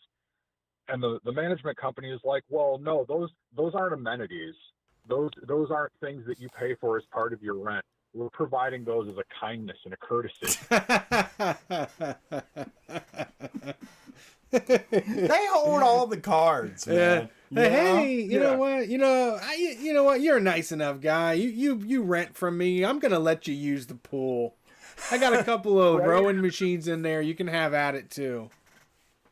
I'm like, well, is it not the rent that's paying for these things? Like, are you somehow going out of pocket separate from the money you're stealing from everybody? Yeah. So yeah, I thought that was funny. It was actually egregious enough that the like non-political normies were getting angry. Yeah. So, wow. That's I might have some organizing opportunity here coming up. Hell yeah. Most of the people here are pretty bougie, so it's been hard. Yeah. Yeah. I mean, but you never know. It seems like you could. Bougie people have a lot more entitlement than working class people. That's true. Working class people scared, and they're also are into like coming up with a hashtag and starting an Instagram campaign for something. Yeah. I'd rather get everybody like not paying rent. That's what I mean. I mean that's the. I haven't been able to do it so far. Yeah, it's tough. It's definitely not easy. You gotta get one person at a time. Right. Well, thanks for calling in, Ben. It was fun. was good talking to you guys. Have a good week. You Appreciate too. it. I hope to. Oh, that's hilarious. That's so hilarious. They're like, we bought those fucking exercise machines just so people would.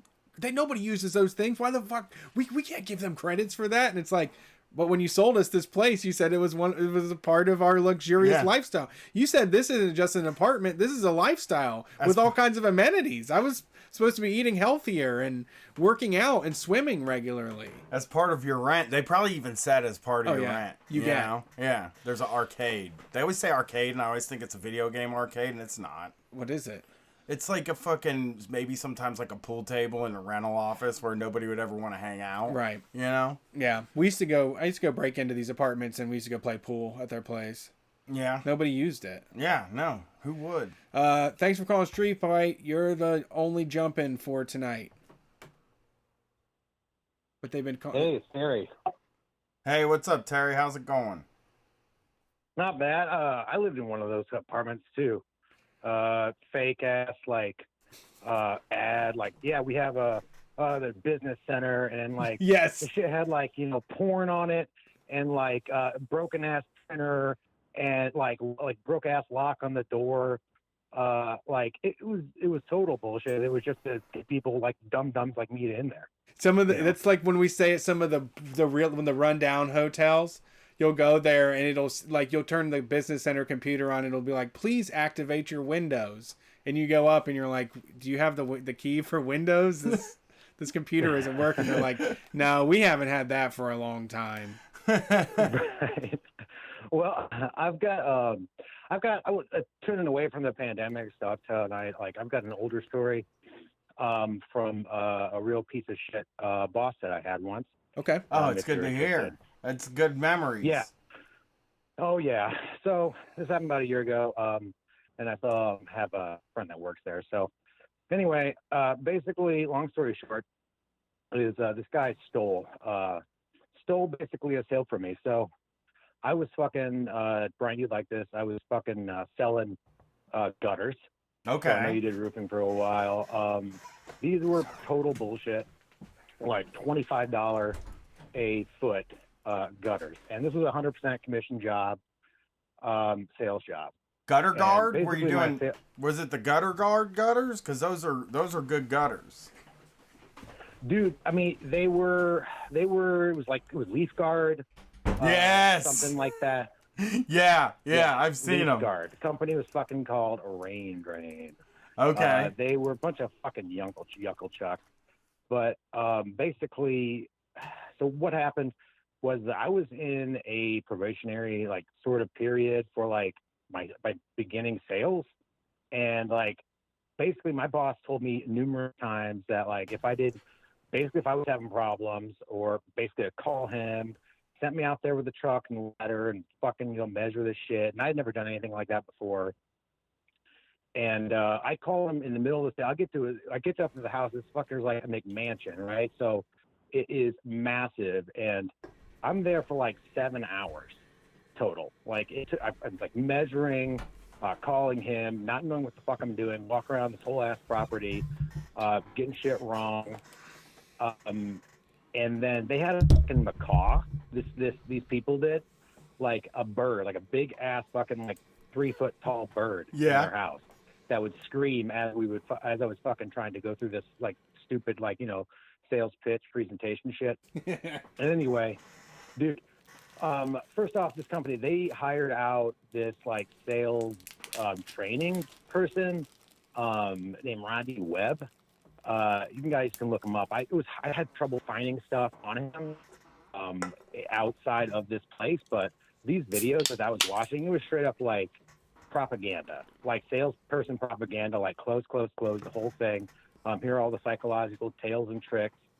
Here's how to like be a fake person. Anyway, my boss is like, he basically just told me to like seriously just follow the system, follow the script, whatever, but then like would change it up himself. Anyway, I go back to this fucking sale, and I'm there. He bails on me the day of the sale. Said he was going to go on out with me for my first sale. Bails on me. Oh. But I tried to call him a few times. Like, I had questions, like, you know, what the fuck, you know, hey, I didn't know if the measurement was right or whatever. Anyway, he just like, it ain't nothing to it. If I was there, I wouldn't, you know, you I wouldn't even need your help. That's what he said to me. And then so I fucking end up, like, the wife takes a nap for like 2 hours. And then I feel like they kind of like forget I was there. I come back in with all my shit ready with a presentation and slideshow and everything. And I fucking closed the sale. It was a $14,000 sale. My first sale, $14,000 for 4 gutters. Ooh. Yes. Yeah. Yeah. $14,000. Rain drain's a good gutter, though. I was excited. $25 a gutter. That's an expensive ass gutter. Yeah, hell yeah. Foot. Well, you want the best on your McMansion, though. It's true. It's true. I mean, the people were nice. I don't want to shit on the customers, but anyway, so I have the paperwork I filled out to the best of my knowledge. I call him and tell him, attaboy, all that bullshit. Go home Friday night, come back in on Monday morning, with my paperwork, and he goes, we're all excited. He's like slapping me on the back, hey slugger, showing me to the fucking sales manager, or the general manager and all this shit, walking me around the place. And we sit down to go through my paperwork, and I did the math to figure out what my commission was going to be, and it was going to be like $1,400 for this sale. So I was like pretty fucking excited. Yeah, like, that's I nice. needed money. Yeah. Yeah. So he goes, well, no, you were on probation. That was out on Friday. Like that this starts on Monday. Dude. And guess who got the fucking $1,400? Yeah, your trainer. Oh, dude. My fucking sales manager. Yeah. That piece of shit. I'm on Rodney Dave Webb's Bennett. website. I'm naming names. Yeah. Oh, who was it? Dave Bennett. Dave Bennett. Fuck you, Dave Bennett. Bennett. I am on Rodney Webb's website. Well, for 20 years, he's a 20-year sales veteran who's affectionately known throughout the industry as the 91% guy. Due to his 91% guy. due to his unheard of 91% close rate on anything. Yeah, anything. More than a third of the replacement 100 corporations have Rodney Webb on speed dial, and he currently serves as a sales coach and advisor to several multi-billion-dollar conglomerates such as Jiffy Lube, Owens Corning, and Capital One Finance. I want to say this, Brett. Dude. This is something you might need to hear. Rodney's intuitive and unique training includes his self-proclaimed technique called Skillant, of which Rodney defines as a skill that has been practiced or perfected to the level at which it appears to be a talent. Oh! Which is like what a talent is. I love it. Though, like a talent. No, talent comes naturally. No. Skillants you work for. You're a skillant guy now. I'm into skillants. But I mean, like, you would say playing guitar is a talent. You don't even think I practiced this. Yeah, you would say playing guitar is a talent, but it does take skill and practice to play the guitar. So technically, skillant is just talent. I disagree. Okay. He has a Rodney Webb University too, by the way. Oh yeah, I watched all those fucking videos. I love it. I mean, it's so great when you can just fly under the radar and you're only known amongst like rural salespeople. It's home improvement. He's a home improvement sales expert. So he can sell gutters. Sales. How to go to somebody's house, listen to the birds squawk, and close the deal. No, but he's saying like any sort of like he's drywall. No, I know that's what I mean. But but those all revolved around in-home appointments. Yeah. He's got a 91% close rate. They call him the 91% guy. Yeah. So they sent me out to to Ohio. I live in South Bend. So they sent me on a 3-hour away lead. Wow. To like rural Ohio, just over the border, Indiana, to some guy that seriously just wanted a price, but we wouldn't give it to him over the phone. So the whole deal is, we can't give you prices over the phone. Like they didn't give you the price because then that ruins everything. Yeah, and also you get out the there. Entire sale.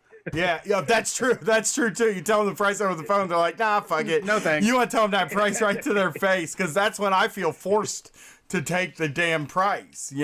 I also have to say though, doing price estimates over the phone is the worst idea ever. Because then you're going to have someone tearing ass into that office to come scream at everybody down there because they were promised something over the phone. And then somebody showed up and said, oh, these gutters have this weird thing about them that costs more money. Yeah, absolutely. So okay, they sent me on this one lead that like nobody spoke English, and I didn't. It was they only spoke Spanish. I didn't speak any Spanish. Okay, so I get there. They didn't know this. I get there and like I had to throw all of my plans out the window and kind of just figure out my best. So as I'm sitting there in the sales pitch, okay, trying to like do my best to be understood, like more and more family members come in. I'm starting to talk through kids. Before I know it, like I have about 15, 20 people in the family in there with me talking about, these gutters trying to get money. I call him to tell him about it. And he goes, what? They're illegals. That's what he said. The dude said, fucking they're illegals. And I'm like, oh, fuck you. So I knew right then, I was like, I'm on my own. Yeah. I'm on my own. Like, and eventually I sold that one too. And I ended up eating, dude, you're Mr. 100%. Yeah. You need to You're go, Mr. 91%. go call Rodney Webb Dude, and tell him. So I ended up eating tamales with them too, and then That's brought awesome. them over to my wife. That's But then, fucking awesome. I got in a string of no hitters, or not no hitters, but no sales, and eventually got shit canned. Basically, because to me it seemed like I was kind of becoming not under his control, and I couldn't come to him for fucking help. Like every time like I asked him questions, he seemed fucking threatened by me, and it was just weird. Yeah. But I've had that. I really couldn't get my fucking I had to tell you guys about that $1,400. I realized that like that job like fucked me up so much. Fucking Dave Bennett. Like I felt like I was out of it for like one of our sales meetings a week, and I just told him I was like, my dad was in the hospital, he'd since passed, and my mom was getting sick too, and I was like, hey Dave, sorry if I'm out of it. My mom's in the hospital, my dad's in the hospital, and my mom's getting sick. Next sentence was, well, we all got to make a living, and then shut the door in my face. Sales dudes are brutal, who man. Are you? Sales is a brutal business. It's like the most brutal of the business. It's the one job that I haven't done. It's for I've never even scumbags. done it. I mean, the thing about sales to me, I think, is what I've found is that it wears on you. Yeah. In that, like, it is in the beginning, you don't know what's going on, and you're just like saying this stuff. And it's enough lies. It's enough of the company's lies that the fish are biting. But once you get in there and people start asking you questions that make sense, and you start to see the way that your job is fucking them over or taking advantage, or once people start giving up like reasonable responses, you start giving in and you just get beaten down. Unless you have that fucking Mr. 91%. Unless you have unless you can be a shithead all the time and run in there and keep lying to people's faces just to get your commission check. Because I remember, like, I don't think this doesn't pertain to your job, but I was selling shit and was doing amazing at the beginning. But once people started once people started returning, and once people started canceling, and once people started sending me emails saying that the product I sold them was a fucking lemon and that they lost all this money and shit, it was really hard for me to go in the next day and grab a Red Bull and do five deals that day. I mean, was it a lemon? Were you? Where they're throwing you Rockstar energy drinks that pump you up. Here, man, take 3. Yeah. Were you selling like it was bogus a bad shit. product? I was selling a horrible scam product. It was awful. Okay, yeah. It's a big part of the industry of insurance, and the people that are good at it make a lot of money from it. But my job as a salesperson was convincing these local dopes that are just small-time insurance agents that they're going to be able to compete and get these online sales and online leads, and they would just get tore up. We would charge them $10 a name, and they'd take $600 worth of names and never make a fucking sale. And because there was because the names we were selling them was sent out to 8 other insurance agents, including other companies that were selling it to other people, and they're hooked up to dialers that will just harass the shit out of people all day long. And I'm on the phone, telling fucking some guy out in the suburbs of New York that this is going to change his business and that I have all of this great information for him. And And then he would call me, and then he would try to get a hold of me. And the scummy thing about my company was that salespeople were never allowed to talk to anybody after the sale was made. They just kept saying, like, you make the sales. No, they're gonna fuck it up. You gotta stop talking. Yeah, they're like, we have customer service. They get transferred to an account manager that manages them. And basically all the account managers did was say, yes, our product is really bad, but we will give you a discount on it. Or they would just strong arm them into trying more and harder. Yeah, they'll give more money or maybe a few more leads for cheaper. Yeah. Fuck. Or promise. Well, he sent me out. He sent me out on like an install to see how they were done. I'm telling you, and this was another McMansion. It was two fucking guys doing these gutters. I'm talking up on 40-foot ladders, no safety equipment, like holding up the gutter as they're both walking up the ladder, and like I'm sitting there like, what the fuck is this shit? Like, how dangerous does it need to be?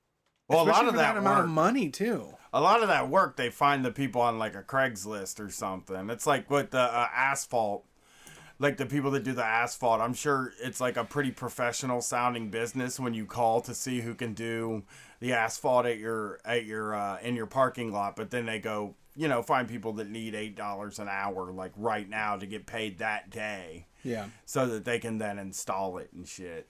Well, thanks for calling in. That was really interesting. I'd love to talk more about sales.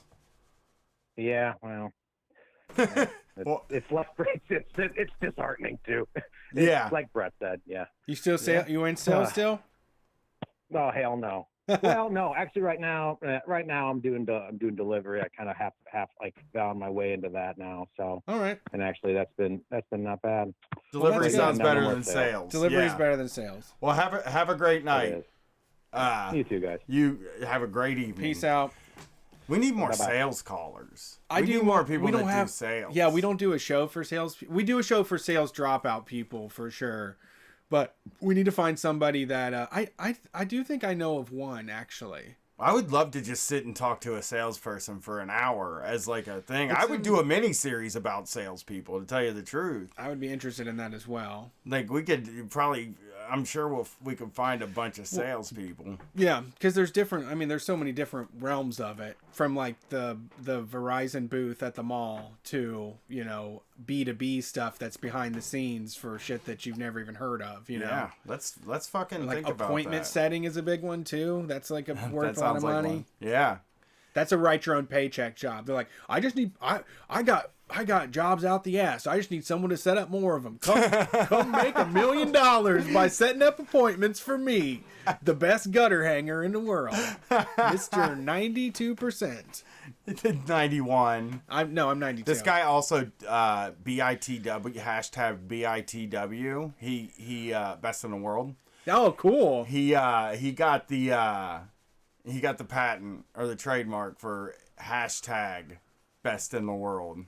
Like the whole. I mean, I wish I had that without the hashtag, but with the word hashtag. Wait. But then he can write hashtag, so he says hashtag out loud. Got it. You know what I'm saying? No. What did you say one more time? He got the trademark for #best in the world. Spelled the words #best in the world. All spelled out or BITW? Both, I believe. Because that's what it says. #BITW. He does #BITW. Yeah. His whole thing is best in the world. We got to look into this Rodney guy. Yeah, I know. I'm excited about it. Yeah, I mean, I want to know. Let's take a sales seminar. I want to know what the best in the world is up to. I want to take a sales seminar. We should do it for the show. For the TV show. It's good content for the show. Yeah, let's do it for the TV show. How can we do this? We can figure it out. All right, this is not the time to be do show planning. Yeah, maybe tomorrow when we're doing that. Yeah, this is the time to end the show. Thanks for listening. We are Street Fight Radio. We will see you on Wednesday. Maybe before that. I have a setup here to do some streaming. Maybe that'll happen. If you want to play games with me, I am awake from midnight till 5 in the morning on Steam, just punching away at board games by myself. So if you buy that board game pack and you want to join me, I will be around.